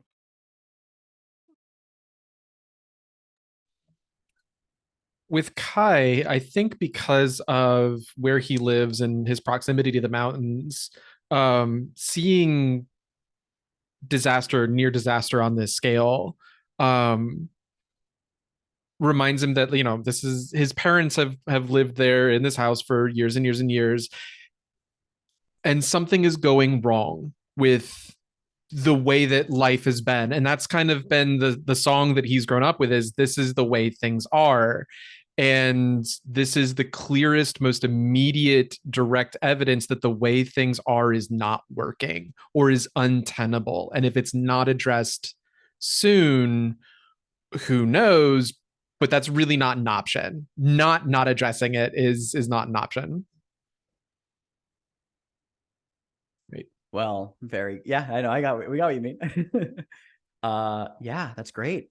So the first question you have available on the Goat Gourmand's oddity job is, were the goat folk forced out of their home, or did something attract them to Crossing Town? That is a complexity 2 question. Answering that will unlock the next appropriate question. We also have, in the vein of similar games like The Between, a job-specific gate prompt, the Gate of the Potluck, which may be marked once at any point. All of you will get to narrate that's prompt. I'll be sure to throw these details in our little makeshift character keeper here. And I feel like before we go to Stars and Wishes, before we end the sessions, I'd love to at least get like a line of actions from each of you, and let's do a first couple of things. So yeah, Kai, what are you intending to do? Well, they came from the mountain. I live near the mountain, so I think I'm going to go take a hike. I'm going to try going up the mountain and seeing if there's any evidence of disaster in somewhere closer to their home turf. Oh, okay. Yeah. Yeah. Very good. Very, very appropriate. Scott, what are you thinking about doing?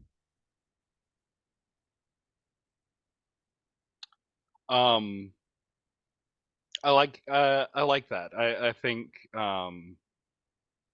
Kai says something about that, and Scott hears someone with a plan who's actively doing something. He's like, "Yes, I am also helping and actively doing something," and it's also like he is dressed for this party. He is 100% not dressed for hiking up a mountain. So this seems like the perfect time to do it. And what about Hazel? I think Hazel is going to cast a spell, a divination spell, and I'll, collect some goat fur, maybe some dirt that the hooves trample, that kind of stuff, and then I'll see what I get. Absolutely. We'll talk about the magic move in a moment, because this is very similar to the Brindlewood Bay occult move, but I'll read the text here in a little bit about that. Awesome. Actually, let's read that now. Where is my reference sheet? Here it is. No, go back. There it is.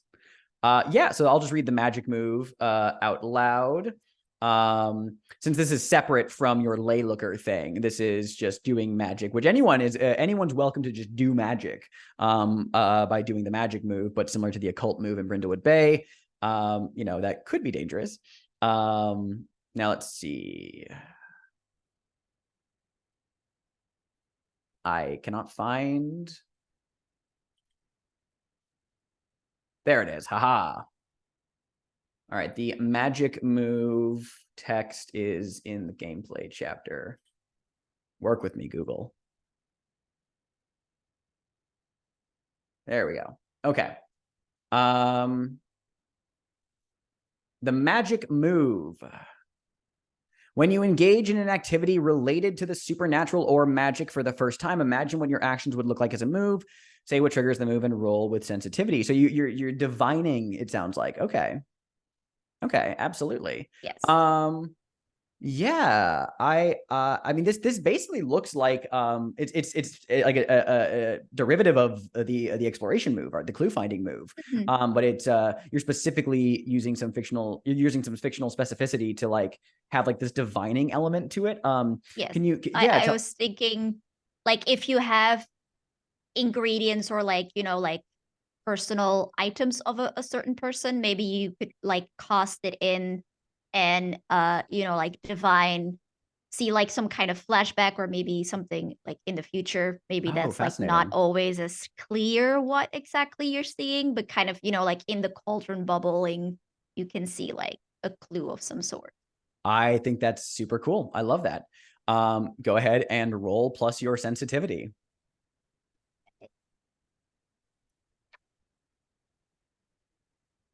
That is a 10. It's a 10.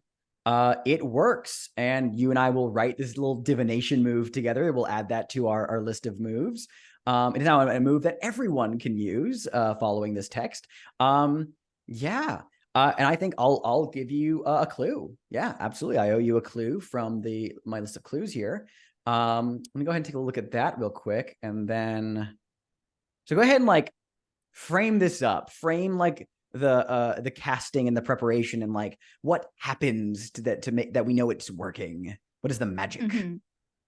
Yeah, I think maybe as the others are kind of walking past her or getting ready to go on their hike, Hazel is still very prim and proper. She obviously has like a little basket with her, probably used to collect fruits and whatever. And she's picking up some of the goat first. She's picking up some of the like the grass that was trampled. She's breaking off some splinters of the wood that was chewed through. And we see her return home. She starts like boiling the water in this cauldron. And then very graciously, she picks it up, puts it in. And then we see all these ingredients starts to sink. But rather than the water being clear and like us being able to see it sink, like the bubbles take over the entire surface. Like it's boiling, just the entire surface boiling. And then I think we get like a poof of, like smoke as it just suddenly goes poof. And in like that smoke, we see an image flash. Very cool. Yeah. You see, I think I'll go with the divining angle of seeing something in the present. That the image clarifies. You actually see a group of these goat folk in the vision. They are, now that there's not like a bunch of chaos in your scrying upon them, you can see them a bit more like clearly. Bipedal peoples with horned goat heads, cloven feet. Dressed in some like homespun vests, baggy trousers, shaggy roan fur of blues and yellows. And you see this gathering of them somewhere outside of town. They are all looking towards the sky intently, as if searching for something. That's your clue. And as the vision kind of boils out of the cauldron, the smoke fills the screen, and we transition to outside of Crossing Town with Kai and Scott walking up the trails that lead into the foothills of the Singing Mountains. Let's have a little bit of role play just en route. Oh God. Okay. If you could just like slow down for just a minute. I'm sorry. I caught my pants on something. I just need to. Oh God, it tore. Yeah, all right, sure. Here, let me pull this aside. Pull aside a little, some thorns or branches. Watch your step. It's a little rough. Ooh, so we're almost there, right? So we've got to been hiking for at least 5 miles. Oh no, we've probably been about 1 mile, maybe. Oh God, that was a mile. Okay, maybe it was 3 miles. Yeah, sure. 3 miles. Yeah, you're doing great. Yeah, I'm here to help. I feel like that it's my sort of responsibility. Not that I'm like responsible for anything, but it's just like a person's responsibility to help out in situations like. Do you get a lot of goat people in town? Right, you're new here, aren't you? Fairly, couple months. It's there just It's aren't as many rampaging goat people in the city, is what I'm saying. rampaging goat people is new and different, but we've always had tenuous connections with it's still night, right? We're still allowed to talk about this. Yeah. Yes. We've always had tenuous connections with the neighboring spirits. I don't know if I know all of them. Never really took the time to get terribly invested in it, but my parents have been in Moonlight Vale for all their lives, basically. So have you been to like this Goat Mountain place before? I haven't. I took a couple hikes, but I've not been up in their lands to fully like look around and explore. I really should have though. Well, there's obviously no time like the present, and hopefully that present is very soon. Maybe just over that hill there? Oh, I think we got a little bit farther to go then. The Singing Mountains are a great mountainous range north of the Vale, rumored to once be home to a people long since departed. Now there's only wind whistling through its crags and is host to nameless creatures, lurching undead, shambling oozes, and insects larger than a car. Most of the riches long since been destroyed or removed, but who knows what lies deeper below. Let's paint the scene. How do even just the entrances to the mines display the rich history and vast wealth of its lost residents?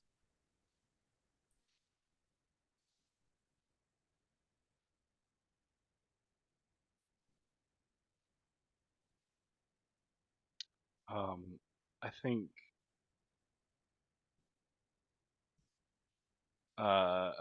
is there like one entrance or multiple entrances? Yeah, the mountains are like just dotted with like old mining entrances. So I think there's a particularly large one, like sort of 2 stories tall tunnel, and there are like big gated doors on it that have like serious sort of steel and metal work to them, but the wood inside has started to like dry rot, and one of the doors is like hanging open, sort of diagonal on one of its hinges, rust creeping up the edges of things.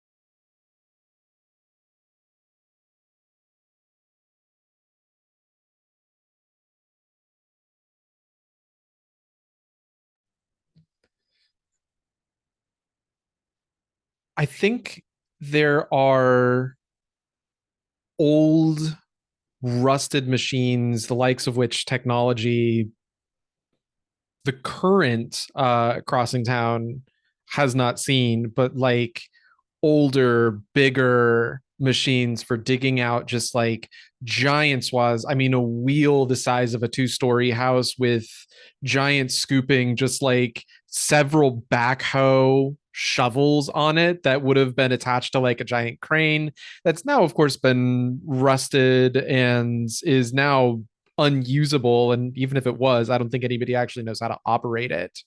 But just these sort of like giant skeletons or old carcasses of much bigger, grander machines than what small little crossing town would expect to see in this day and age.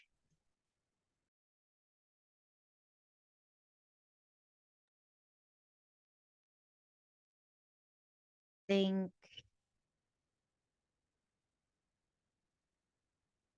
I think the entrance is just huge. Like it's carved, it's been made, and it's just so like it's like giant sized almost. Like you wonder like what kind of machines of what kind of size did these lost residents have that they needed like such doors. And I think like just from peering in it, you can just see like how far the mines really go and how rich it must have been if we dug that deep. Fascinating. Kai and Scott ascending the foothill slopes of the Singing Mountains, seeing signs of ancient grandeur in the moonlight with the stars overhead. You can see Crossing Town below, its light still visible. No sign of anything wrong disturbing the peace, just got the heights. What are you doing up here? What are you looking to accomplish? I'm going to be looking around for signs of civilization, but also signs of disturbance, things like broken trees or trampled foliage. These are goat people, so yeah, some kind of stampede. I'm just going to kind of Sherlock Holmes or Scooby-Doo it around. You know, checking on small plants and like looking at footprints in the ground, things of that nature. And Scott? I think Scott is like following behind Kai for a while and trying to pretend like, oh yeah, footstep, broken twig sort of thing. But it's taking a while, and Kai is looking at a lot of different things, and eventually he just like sits down on a rock somewhere and starts quietly playing his violin. It's very nice. Aw. Hi, could you give me the exploration move plus your reason? I will read the exploration move just for reference. When you search for a clue, conduct research, or otherwise gather information, describe how you're doing so, and roll with an appropriate ability. In this case, yeah, I think reason is the one that makes the most sense for what you're describing.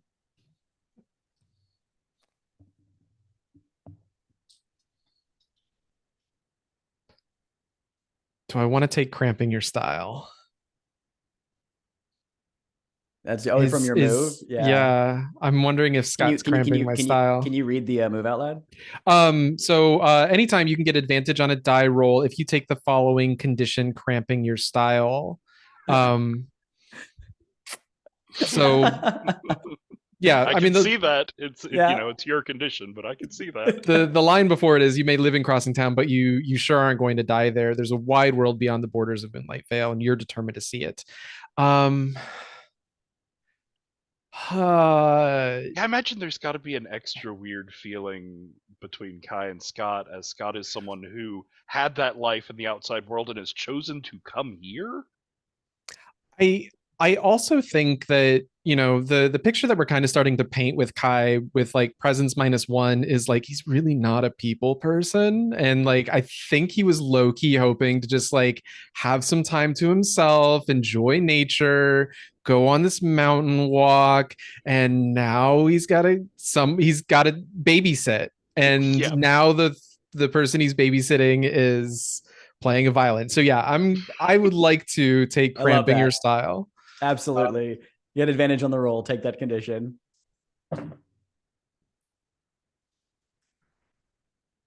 Six on the dice plus reason 2 brings it to an 8. An 8, a clue with a complication. Let's see here. There is a complication.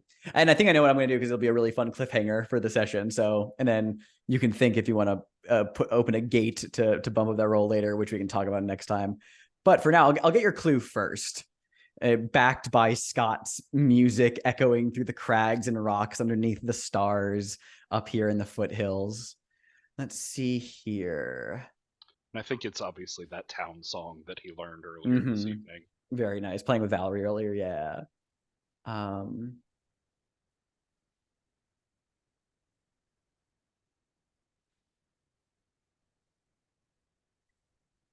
Yeah, I think there's a spot, Kai, that you're kind of like, you kind of move away from Scott for a little bit, and you can still hear the instrument playing, and it's just kind of like echoing. It gets a little bit more distant. You have some source of light, flashlight or something, I'd assume.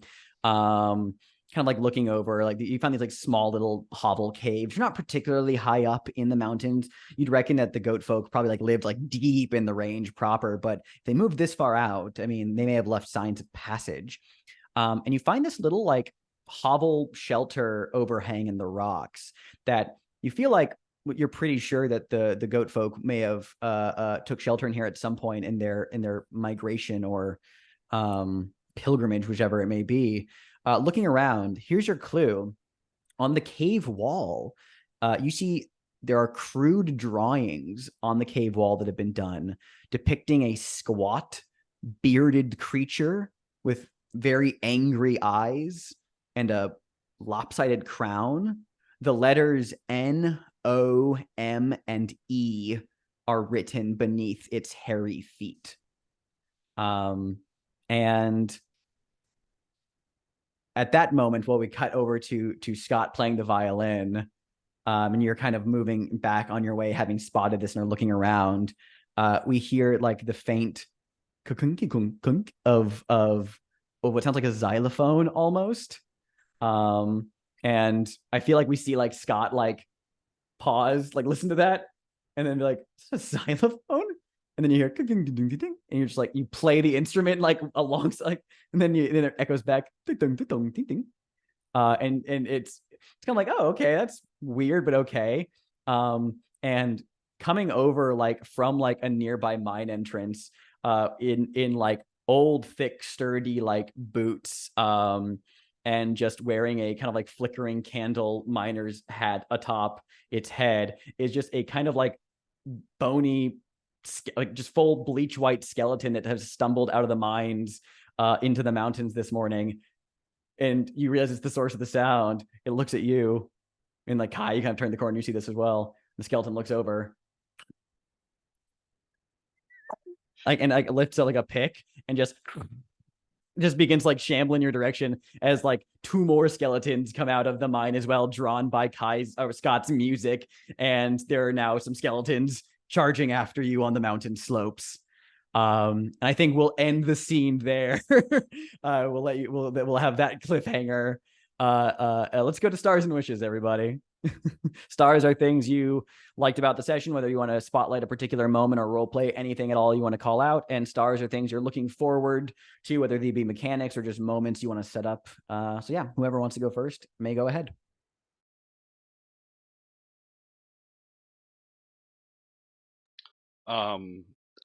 This was super cool to set up. I will say I had some fears coming in that like maybe I don't know the touchstones well enough to get into it, but once we got into it, I didn't feel like that at all. Like it felt very clear, and you gave a lot of good like setting for how we sort of approach things. I'll say I really like the idea of the information restriction being on like day and night. How much do we acknowledge the weirdness around us, or how much do we just like sweep it under the rug? I'm looking forward to playing with that. Jazzy Hazel's hopefully only half serious thing about the sacrificing babies. Like her goth commitment to, oh yeah, I am a witch, I'll be a witchy witch, you can't phase me, I'll sacrifice, yeah, fine. Was just, it was delightful. And Kevin, Kai, I really liked that scene of going up the mountain with you, and I love that we made it into the like the cramping your style thing. Like that all makes so much sense, and it was really fun to play out with you. It was the sort of like fish out of water scene that I wanted to get out of Scott. But also I wanted to say you're the first one that threw out a clue for the mystery thing, and I know it definitely like rediverted how I was thinking, but I think it channeled us down this sort of like weird natural occurrences, strange things happening in the natural world route, which colored a lot of the rest of the session. I thought that was really cool. Oh, wishes. I don't know.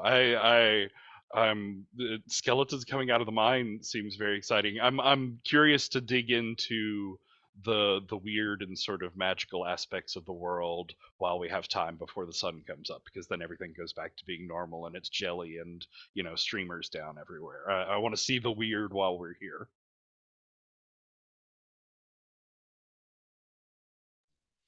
I have to give a star to like the very last moment. We were kind of talking about it on break off recording, but like having played enough Brindlewood games and Trophy, it's like resisting the urge to make things like to bring in the horror and bring in those elements is really hard.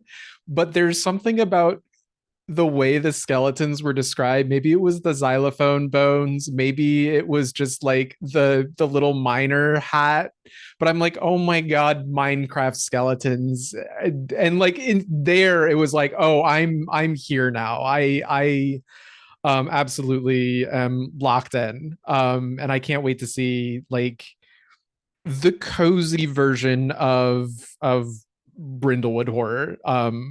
I'm so ready for plushy Cthulhu. Um, I gotta give a star because Mayor of Jellytown was so good. Um, and then star to Hazel's animal names. They are all fantastic, and I want to learn more about them. Wishes, now that I have miner hat xylophone bone skeletons in my life, I just want more versions of every trophy and Brindlewood bit of horror. I want them all plushified, so I want to see as many of them as possible. So yeah, echoing Patrick's wish, I just want to see what weird looks like in this game. So, and I think we're gonna get it, so super stoked for that.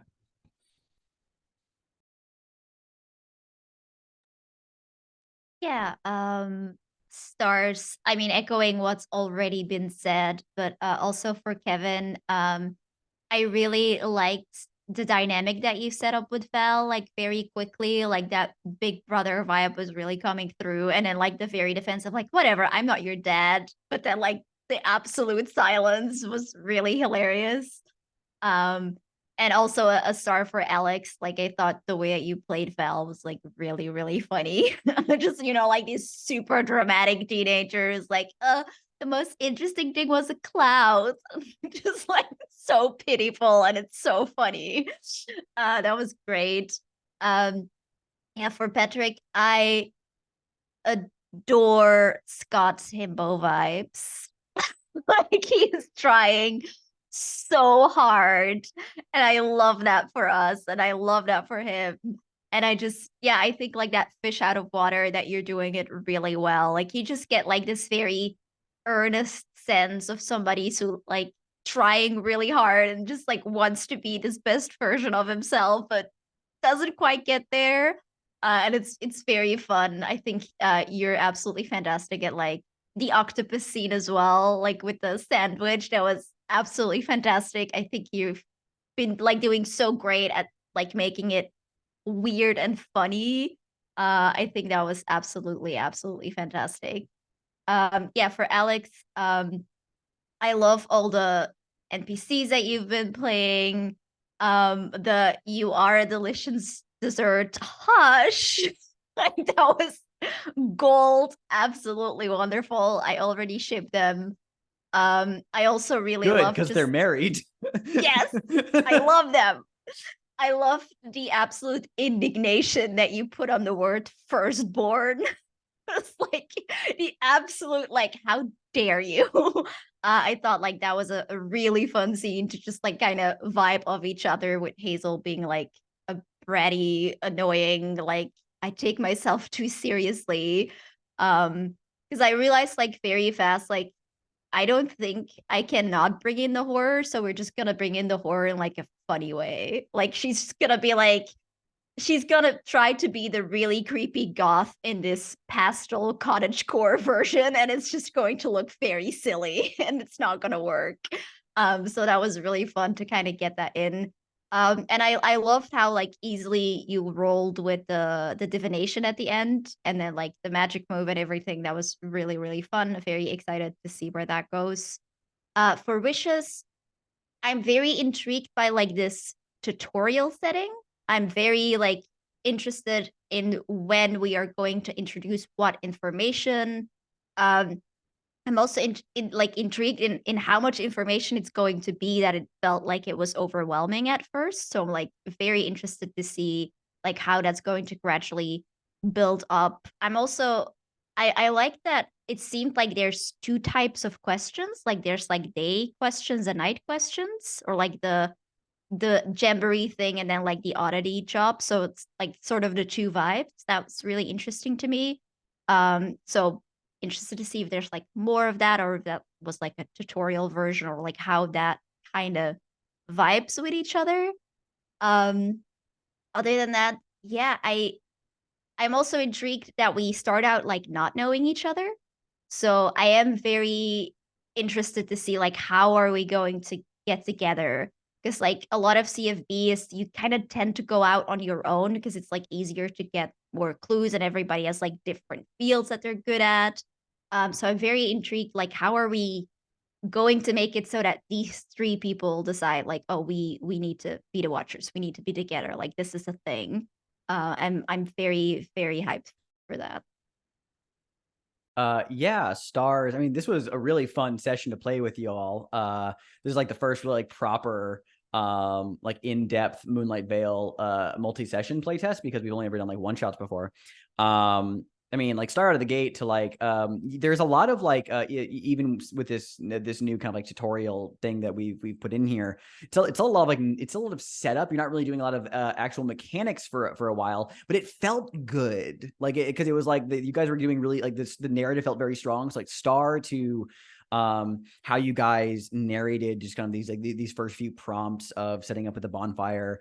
Also the first little magic unseen. I loved the octopus eating the sandwich. Like thought that was so clever. The memories of the river was really solid as well. And then just Kevin, your contribution with the mountains there, and like just like the subtle like floating blue lights. Again, like there is such like this like open vibe of like what are the wonders and old magics of the Vale. And right off the bat, I just felt like, oh, I this is so cozy and so fantastical, and I'm in it. And then there's this kind of like mundane melancholy that like kind of like underlays the setting in general anyway. So when we were doing the day scenes, like again, like with like, you know, Kevin, Kevin, when you had Kai with Valerie, that whole scene, like even though like there's a lot of humor there was this like these two people shared this kind of sense of discontentment and longing for a greater world.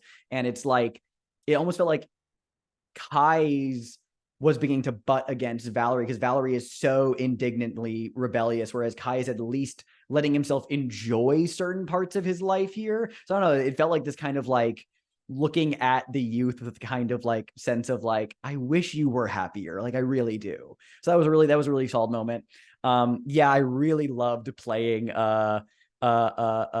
off the ideas you were throwing with the jelly mayor concept, Patrick. That was so funny. So funny. I loved that. Like immediately painted this picture of Anna and then by extension the rest of the characters in the scene. But like it just set a whole vibe. It set a tone that I'm absolutely here for.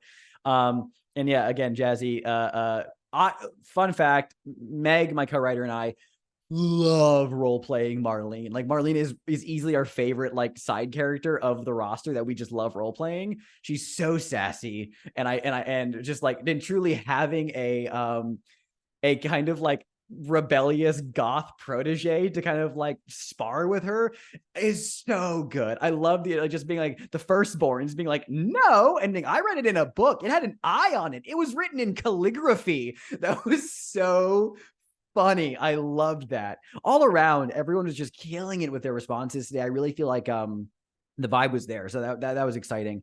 Yeah, and again, stars to the use of the dream remove to have Scott cramping Kai's style. I thought that was great. That was a great little narrative intro in there, and also set some like really good character interactions. Yeah, wishes tie into what each of you have been saying. I mean, I'm very much looking forward to continuing with the tutorial, because there, as to just go off what Jazzy was just saying, there are two types of jobs in our writing for Moonlight Vale. There are the daytime community jobs and the nighttime oddity jobs, which are the more mysterious and wonderful ones. We're still trying to figure out how in the actual gameplay loop community jobs play into things to a certain degree. But oddity jobs are what you'd expect from like a Brindlewood mystery, the between threat kind of thing. They are the weird and wonderful things that you have to problem solve to keep the ship going.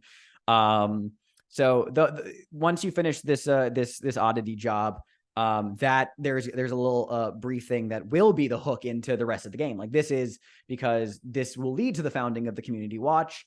And things like paint the scene, like questions for your shared base of operations unlocks once that happens. It's an old farm, very Stardew Valley, that you guys will get access to as like a base of operations for the community watch. We get some paint the scene questions. We get the mechanics for like how to manage like the balance of resources and also like investing in your town to help it grow. There's also mechanics for like how the corporate interests of Mojo Corp might begin to manipulate things behind the scenes, and the campaign elements of supernatural things coming to a head. There's a lot behind the scenes that, like, I feel like this is actually doing a really good job of like setting it up, not just narratively, but like the vibes of everyone leaning into the setting more. So it doesn't feel just like a lot right out of the gate, you know? I'm excited for that. And I'll explain this more like when we're actually doing it, but there is one of like the biggest alterations to the overall like structure of a game like this, like from the between or public access even, is I'm not going to explain this in depth now because it'll be when we're doing it there, but like one of the elements Meg and I wrote into this game was like similar to how in like Stardew Valley there's like a time, like you're always aware of time because it's always ticking away, and you want to make sure that you're like being productive, but you want to make sure you're focusing on like one area versus another just so you can do something.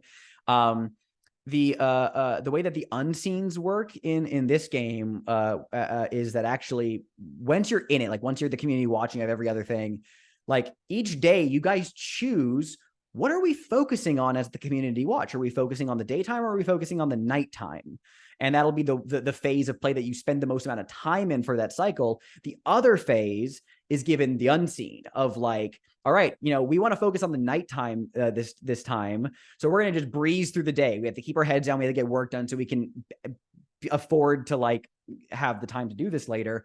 And there are daytime and nighttime unseens that like the cinematics of characters in Stardew Valley. They explore the lives of the people of Crossing Town at different times of day.